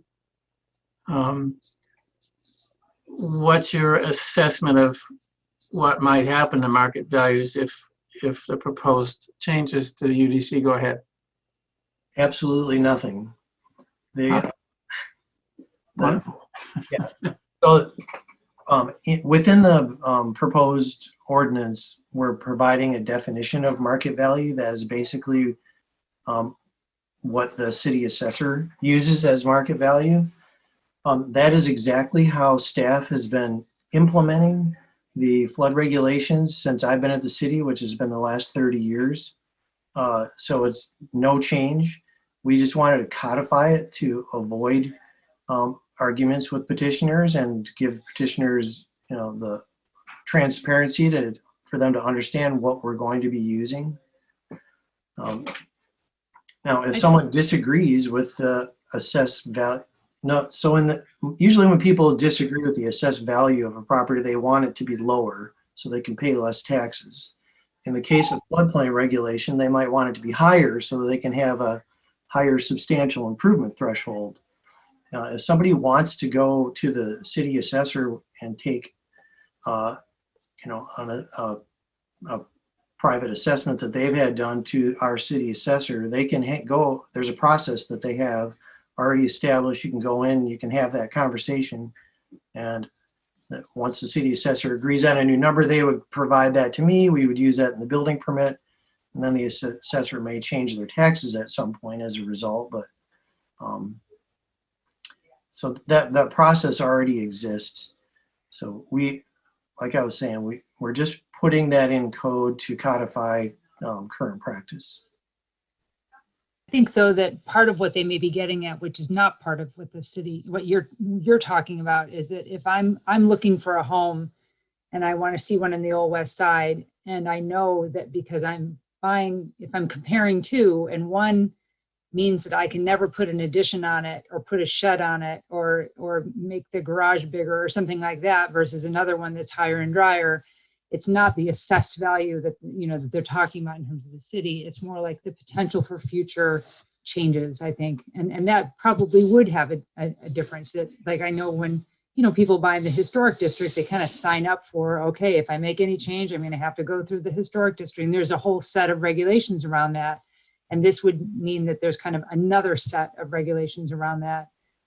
So I think that in terms of the piece that you're talking about, you're totally right. But I think that there is, just as somebody who may be selling their house, knowing that you can never, add a mother-in-law suite, or that you can never, do those, that does make a difference, I think, in terms of what people, how people may perceive the value of a property. So. At the same time, I think, what I see this as the really promoting the safety and welfare of people who live there. And I think that's why I brought it as part of our purview as the Environmental Commission.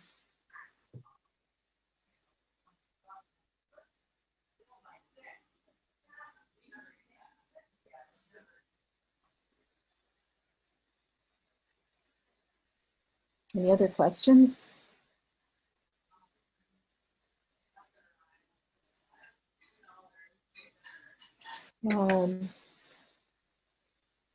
So I have a change in 2 of the whereas clauses and a change in the second resolved clause to remove on properties. Are there any other suggestions for changes?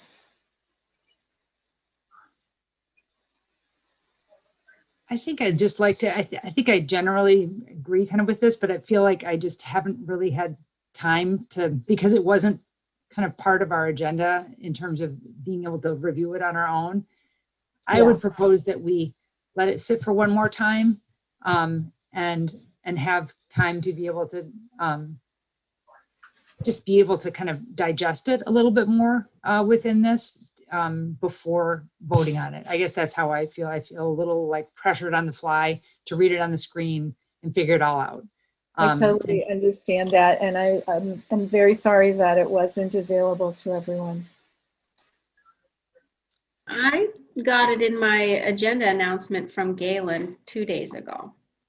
When I opened that up, it did not have a link in it. Mine does not have a link in it.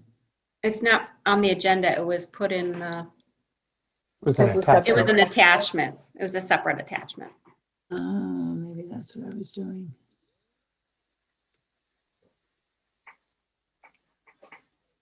Well, I don't know if other people feel the same or not. If people feel, prepared to vote on it or not. I would like one more whack at it. I feel like things are still a little kind of, even though Planning Commission passed what was there, this is a little bit different. I feel like things are still kind of bubbling. And personally, I would like another take. But if other people are feeling totally comfortable with it, I guess that's, John caught a few things, but I feel like there's other things to kind of potentially think through. That would be my preference to the question I have. We didn't have any public comment today, and I would think this would be something that had this been well known, and that we would have had pro and con comments. I think that's an indication that maybe it wasn't recognized in the community. I mean, I'd be okay to vote, but my preference would be to wait another month. I'm okay with that, since at least there is an opportunity for us to act before council gets a solid vote on it.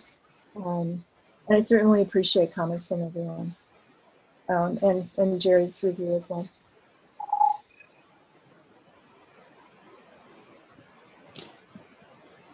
I have another question about the wording, and that is, in the resolved clause, Rita, or Jerry, do we need to have the exact language defining the flood fringe as the 0.2 or the 1% flood fringe area in order for this to carry the? That's already defined in the proposed overlay district. Okay. Yep. Okay, so that would. My goal was to put the exact title of the overlay district in there, and if I need to make corrections on that, I certainly will do that. Okay. Okay. So I get the sense that we'll table this until December 3rd.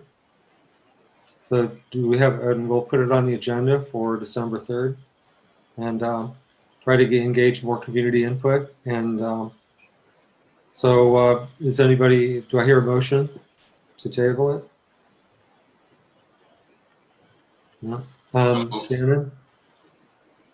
Second, Okay, Chris seconds it. All who agree to table this until December 3rd, raise your hand or speak out. does that work with council schedule, Jerry? The final vote is in December sometime, if they don't delay? If they don't delay, it'll be December 21st. Okay, So we have our, yep, so we'll have time on December 3rd. I will send out what we've revised as of tonight as soon as possible to the commission, and I'll work with Galen to make certain that it gets included in our next agenda packet in the correct form. Yep. Thanks for your work on this, Rita.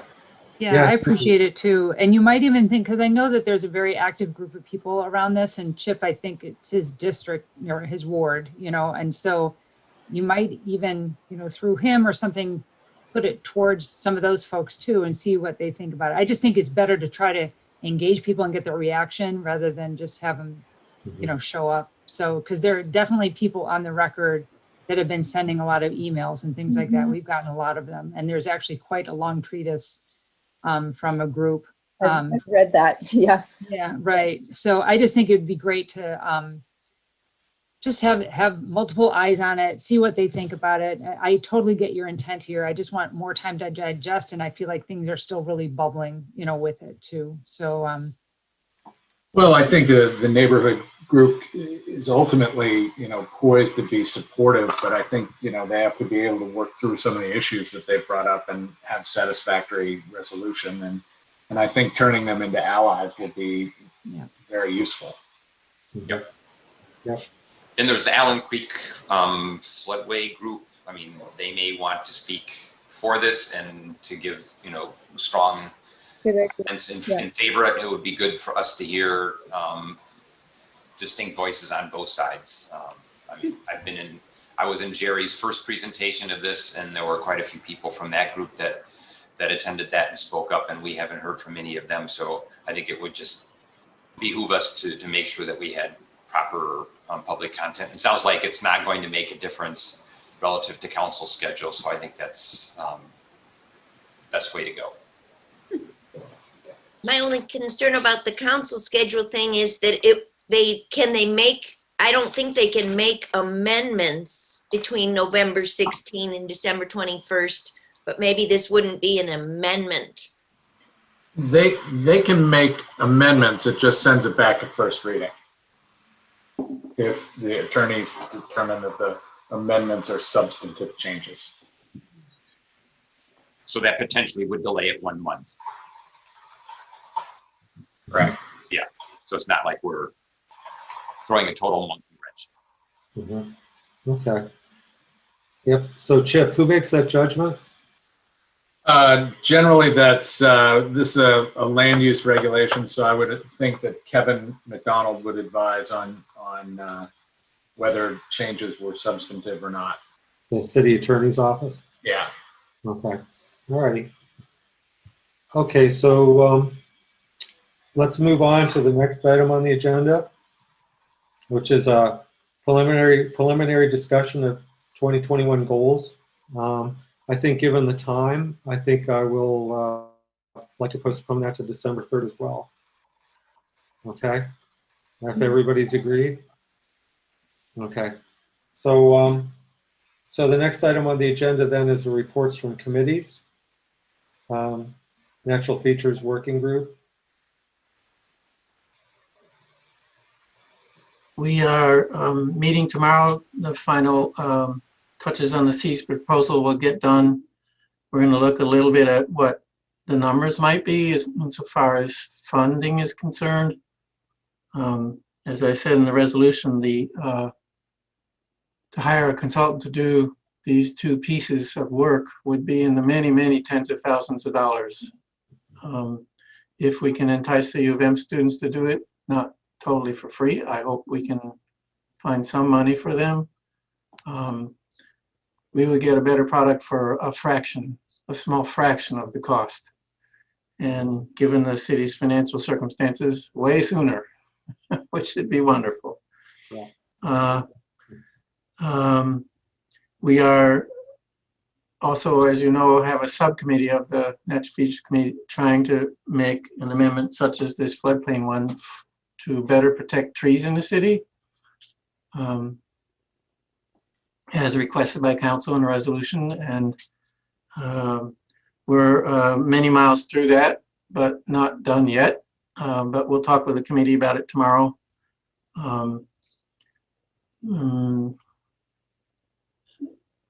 There are some philosophical changes as well as some regulatory changes. The most important one being establishing a higher, that is doubling the mitigation requirement for what we call heritage trees, which are large trees of our landmark tree list. And that itself we're revising to really include a much more diverse list, with native trees having a prominent role, but other trees, which are important to many people, having a role as well in the protection of trees across the city. We're beginning to talk about soil compaction in projects, which is so limiting in terms of how plants of any sort grow after a construction project occurs if compacted soils remain on a site. We're getting close to being able to get a draft out to you.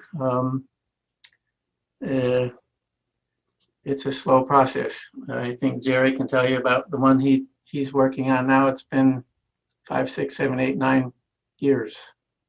We aren't going to take that long, but it is taking time. Okay. That's all I can remember about tomorrow. Sorry. Okay. That's probably enough. All right. Thanks, Chris. Thank you. Yeah, the solid waste working group, we don't have anything to report right now. Let's see. How about other commissions? Shannon? Things that are relevant to the planning or to environmental commission. We looked at the floodplain piece like Jerry had talked about and passed that. We looked at the capital improvements new methodology, which is also interesting, and seeing how they are incorporating some of the new sustainability goals into that. And then I guess the other thing, just especially relevant to what Chris was just talking about, is that actually in the last couple of months, we've had 2 projects come before us where somebody had, a developer had landmark trees that they were supposed to protect. And in one case, it was just, they just killed the tree because of soil compaction and things like that. And then in the other case, they actually took a tree down that was kind of on the border of the right of way, and they felt like it was in the sight distance of cars. And they, so we had to kind of reapprove the plan with the mitigation that was required of that. And when they do that, it's a 200%. So normally with a landmark tree, it's 50% of the diameter of the tree. And you, like, if you have a 10-inch tree, then you have to mitigate for 5 inches of it. With when you make an oops or you knowingly violate something, then it's 200%. So it's a pretty big difference. So so we had, they had to come back through site plan, the site plan approval process, which is no small thing either, to have to do that. And then they had to have a mitigation plan approved. So I think it's apropos to kind of what you all are thinking about too, that, these things happen. And that they have to come back through planning commission, and then they have to plant way more trees. And, for the one that came down in the right of way, it was a great big oak, and it really, I think, could have been solved by just doing some pruning of the branches, which is kind of tragic, but it's done. So they had to come up with a mitigation plan for it. So anyway, I think just that's one of the areas where these commissions dovetail. And so 2 in the last couple of months had come through and had that happening. So I just thought you all might be interested in that. Where was that one in the right of way? It was called the Annex. I think it was on Nixon. Oh, It was a big white oak that came down. So sad. Okay. Well, thanks, Shannon. How about parks, Mike?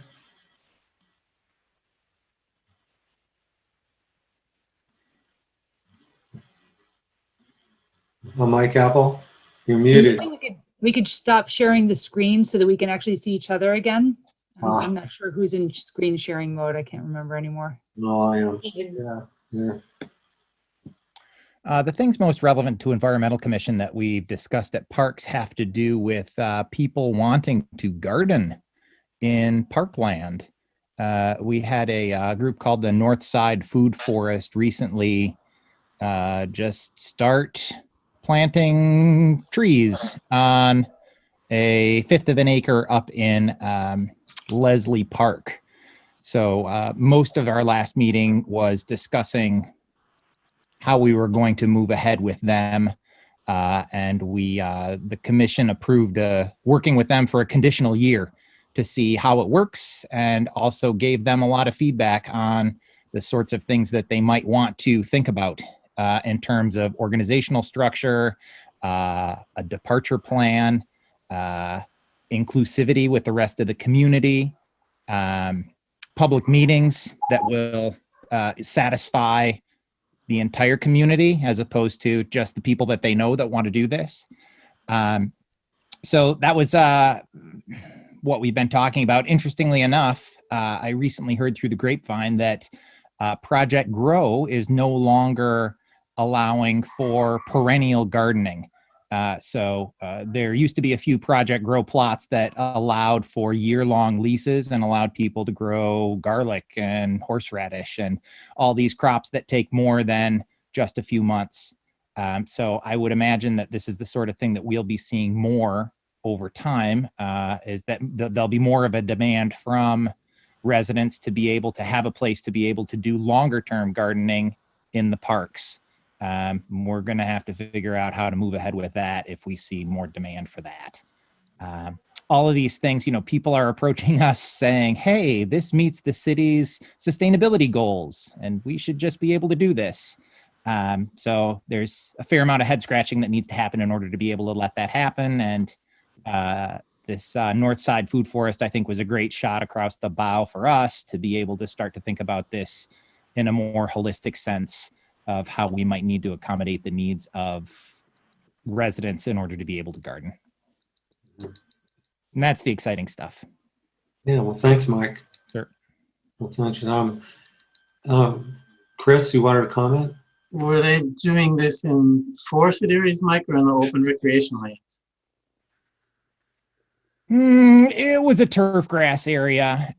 Most of the staff agreed after they saw it that it was probably the best place up there that they could have chosen for the site. Some of the problems included, the fact that they didn't have a public meeting before. Also, the water that they had used from the project was coming from Arrowwood, and not all of the Arrowwood residents are on board with the project. So, to them, that was taking water from them to be able to water the project.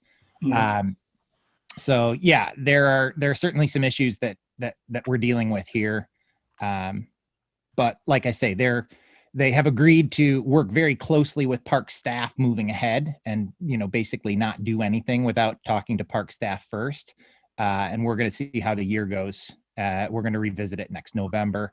But before this, in April, we asked them to come back with a pretty clear list of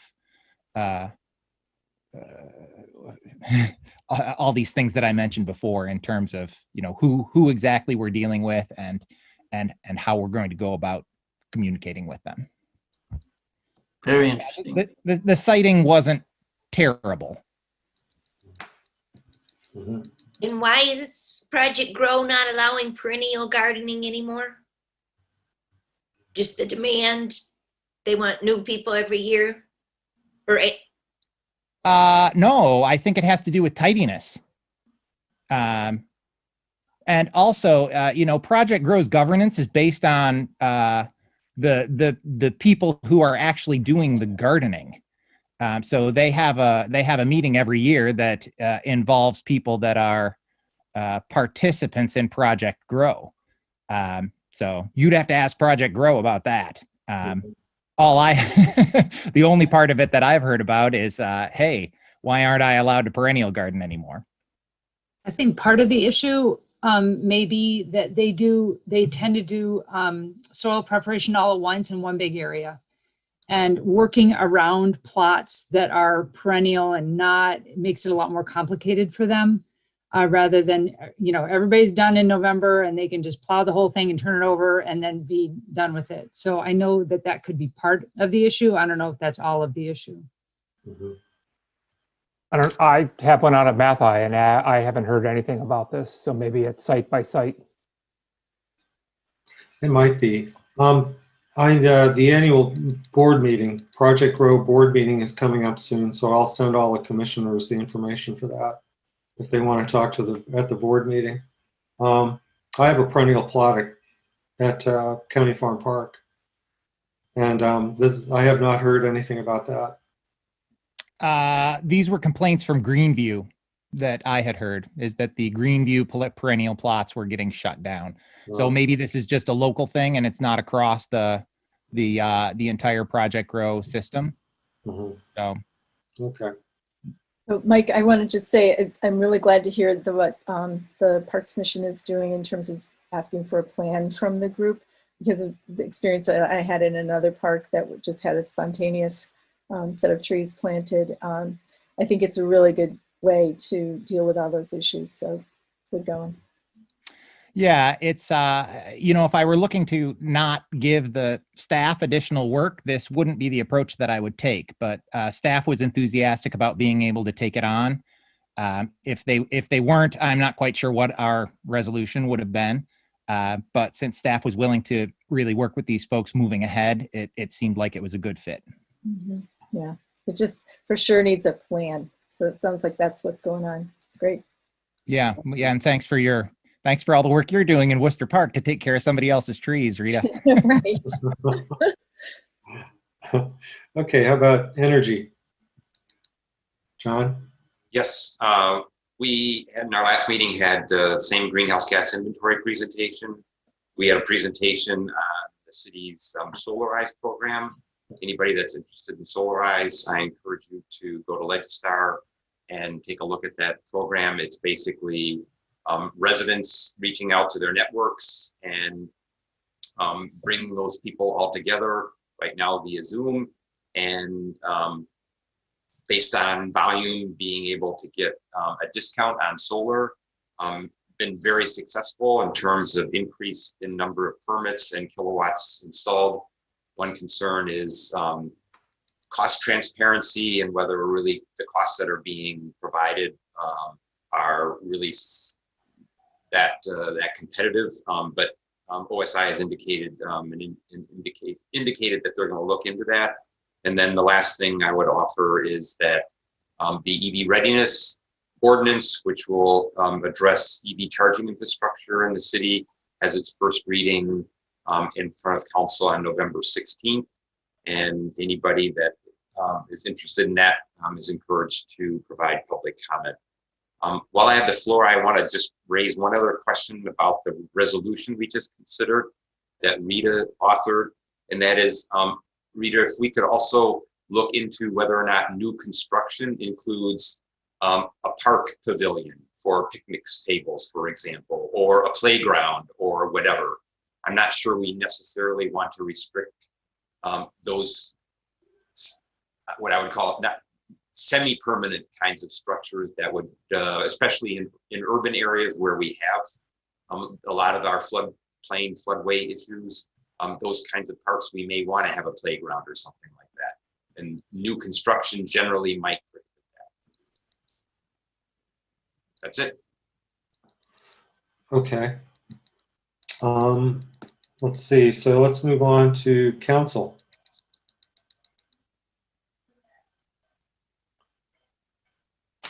To my knowledge, a couple meetings ago, the council did pass the solid waste resource management plan.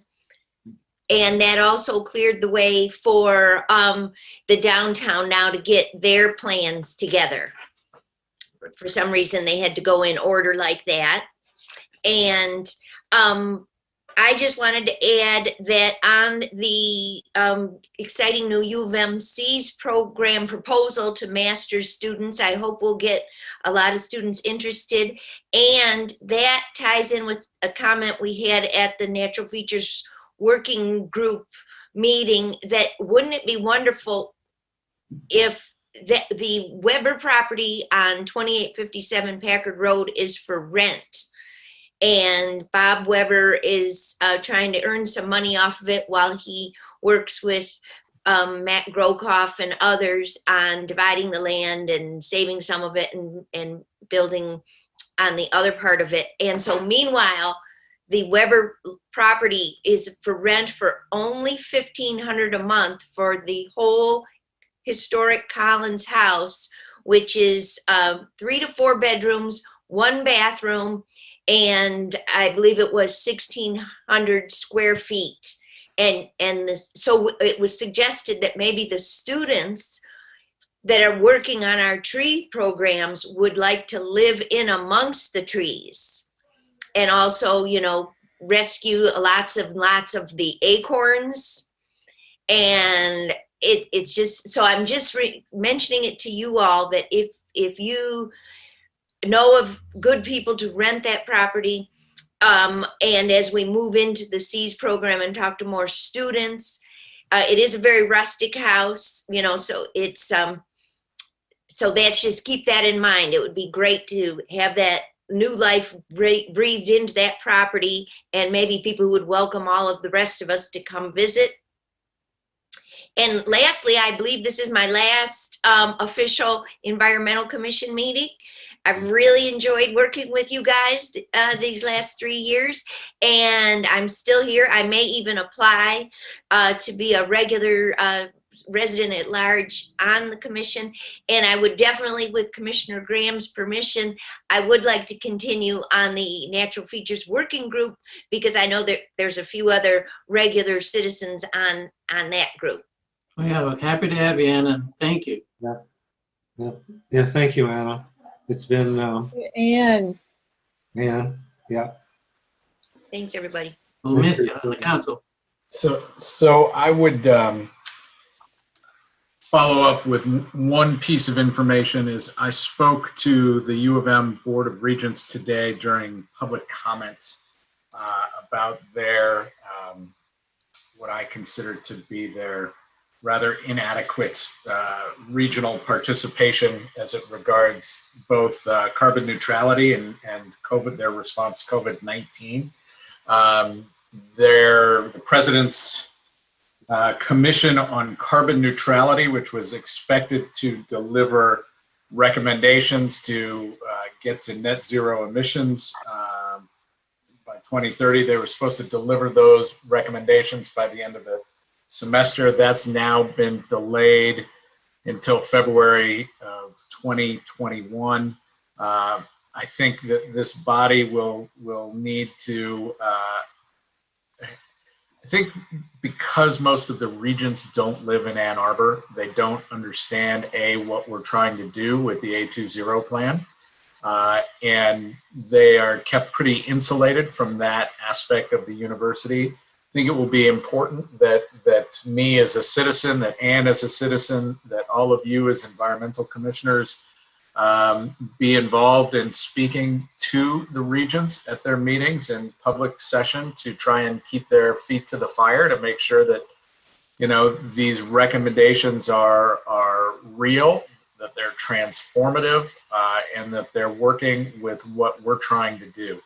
I think there's it's a lot of opportunity for us to have positive influence that way. So I just wanted to share that with everybody. The regents meet, every other month. You need to sign up in advance. There are 15 public speaking slots that come at the end of their meeting.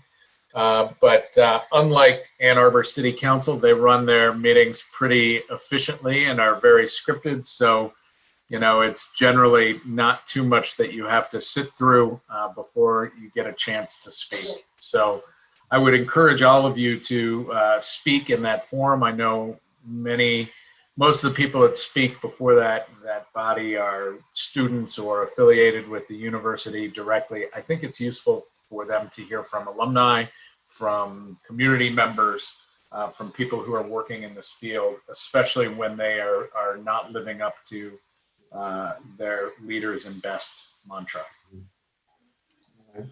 Chip, don't two of the regents live in Ann Arbor? I know Mark Bernstein does. Mark does. Ron Weiser lives in the township, I believe, or in Barton Hills, one of those. But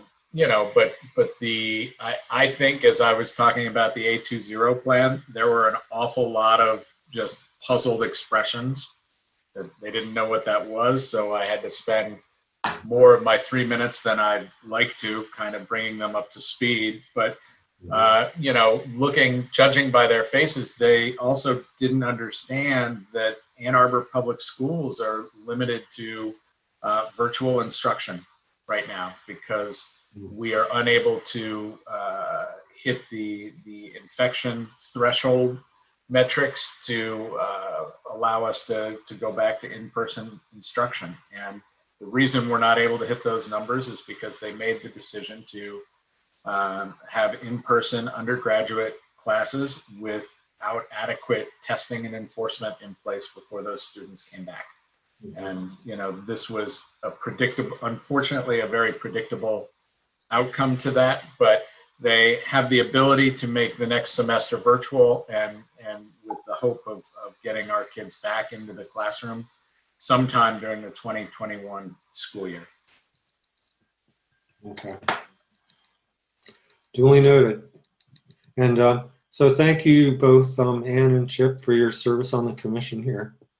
It's been greatly appreciated. It's been a pleasure. We'd throw a party if we could. So let's move on to, I know the people are anxious to listen to the debate, probably. So the chair has no report right now. Report from staff. Hi, all. I wasn't expecting to speak tonight, but I'm just going to go ahead and do a really quick kind of overview of some of the things that we've been working on. Steve, could you make me host again? I just wanted to kind of share my screen really quick. You want to do that? So if you go to participants, it should bring up kind of a list on the right-hand side. Yeah. And I'm actually logged in as Galen to ensure there's continuity with Zoom. Yep. Cool. Okay, now you're the host. All right, thank you. So the one thing I wanted to share with you all, and I will keep this brief. So for the Energy Commission, one of the things that we've done, and I'm not sure, I talked to Galen about this, but I'm not sure if he brought this up. We wanted to make sure that there was kind of continuity and, just kind of transparency and collaboration between the office and what the office is doing and what the Energy Commission, the work that they're doing. So one of the things that I did with the staff internally is create kind of this basically a summary, and it kind of goes through all of the major projects that we're working on. So energy benchmarking disclosure, this reform RE 4M. So we just did this kind of these couple of convenings on electrification, heat pumps, challenges. Solarize, I know John mentioned that we had Julie present last time, so we kind of look at Solarize and a few other kind of programs. But, one of the things that we're doing with the Energy Commission is that we have this basically posted on our agendas on so every month that we meet. So that way all the commissioners can kind of look at what staff are doing. And I have recommended that Galen and I kind of shared this with him as well. So I think that this might be something that he puts on as well. I mean, there's everything from 10,000 tree initiatives. So it's not only energy specific, it's basically everything that the staff is doing. And then the second section here is actually public engagement updates. And so that's actually addressing some of the public events and other events across the city that are happening. So I won't take up much of your time, but I did want to let you guys know that this is out there, and I've talked to Galen about it. Hopefully he'll put it up for you guys on your agenda as well. So that's all I have. Okay. No, that's good. Thanks, Josh. Yeah. Okay, look forward to that in the future. How often are you doing these and how are they made public? Yeah, so they're monthly updates. So right before each of the commission meetings, basically, I do for the Energy Commission side, I do a call amongst all staff to give updates on projects that they're working on. And then we're actually putting it straight into the agenda. So we're putting it as an attachment in the agenda. So that way people can go ahead and take a look before our meetings. Thank you. Okay. Thank you. So the next item up there is items for the next agenda. I have the Rita's flood fringe development ordinance would be on the agenda, plus our housekeeping stuff that that comes up every year. We should start that discussion on December 3rd. Does anybody have any other suggestions for agenda items? I have one topic to put on the radar, whether it's an agenda item or not. We had a commitment in the past from Administrator Lazarus to get quarterly solid waste updates. We got one a couple of months ago, but if that still holds, then we should be getting another one soon. And we can decide whether or not that can be in written form or an agenda item. I leave it up to you, Steve, together with Galen and Eileen or Jenny. Yeah, I'll contact Eileen and see if that'll happen. Okay. Yeah, Eileen is still out on maternity leave, so that's slowed up the city staff involvement, and they're busy with the MRF contract and collection contracts that are coming due. So I'll do that for the December meeting. One other topic, if I may. I'm wondering, we touched on it a little bit when we had the report on the watershed, and that is microplastics in the environment. I'm wondering if that's something that we should deal with more broadly. In a sense, it strikes me as being something like greenhouse gases and global warming. It's known among some people, but not broadly understood by public at large, and how pervasive they are and how they're getting into the environment, into the food chain, even plant uptake in formula. And I'm wondering if that might be something that the Environmental Commission should be looking at, and who and when, but I'd like to put it on the radar. I'd hate to be 20, 30 years from now and saying we knew this a long time ago. We probably knew it even 10 years ago, and we didn't do anything about it. And that's certainly what happened with global warming. We didn't get serious about it until 10 years or so ago, 10, 20 at the most. Yeah. I should have mentioned this probably for the solid waste working group, but yes, this is a potential serious crisis that's almost upon us. Part of dealing with plastics has to be reducing and reusing them, and not just recycling. But we'll cover that in some detail at the next solid waste meeting, which we might have to bump until the January meeting. Given all the things that we have on the agenda already for December 3rd. But John, that's a good point. So okay. So the next scheduled meeting is December 3rd. My only question is will it be online, or do we have to do it in person? Do either of the council representatives here know what legally might be possible on December 3rd as yet? Yeah, the state has adopted, the legislature passed and the governor signed the changes to the Open Meetings Act that allow for electronic meetings to continue. Okay. All right.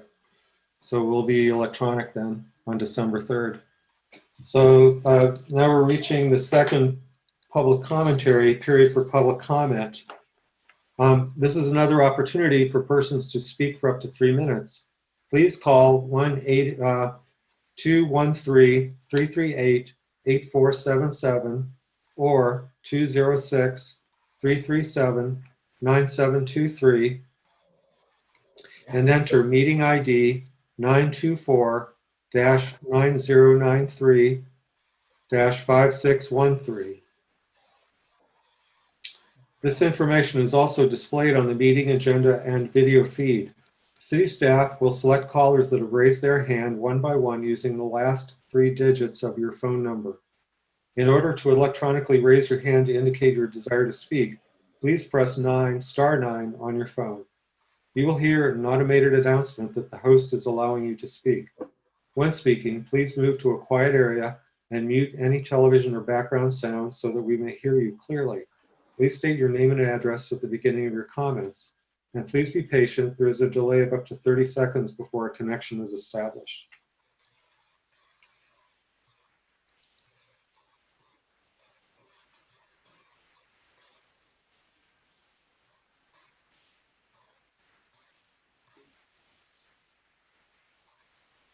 I'm not seeing anyone, Steve. Okay. So this ends the public commentary period. We have no callers. So I declare this meeting adjourned on at 9:17.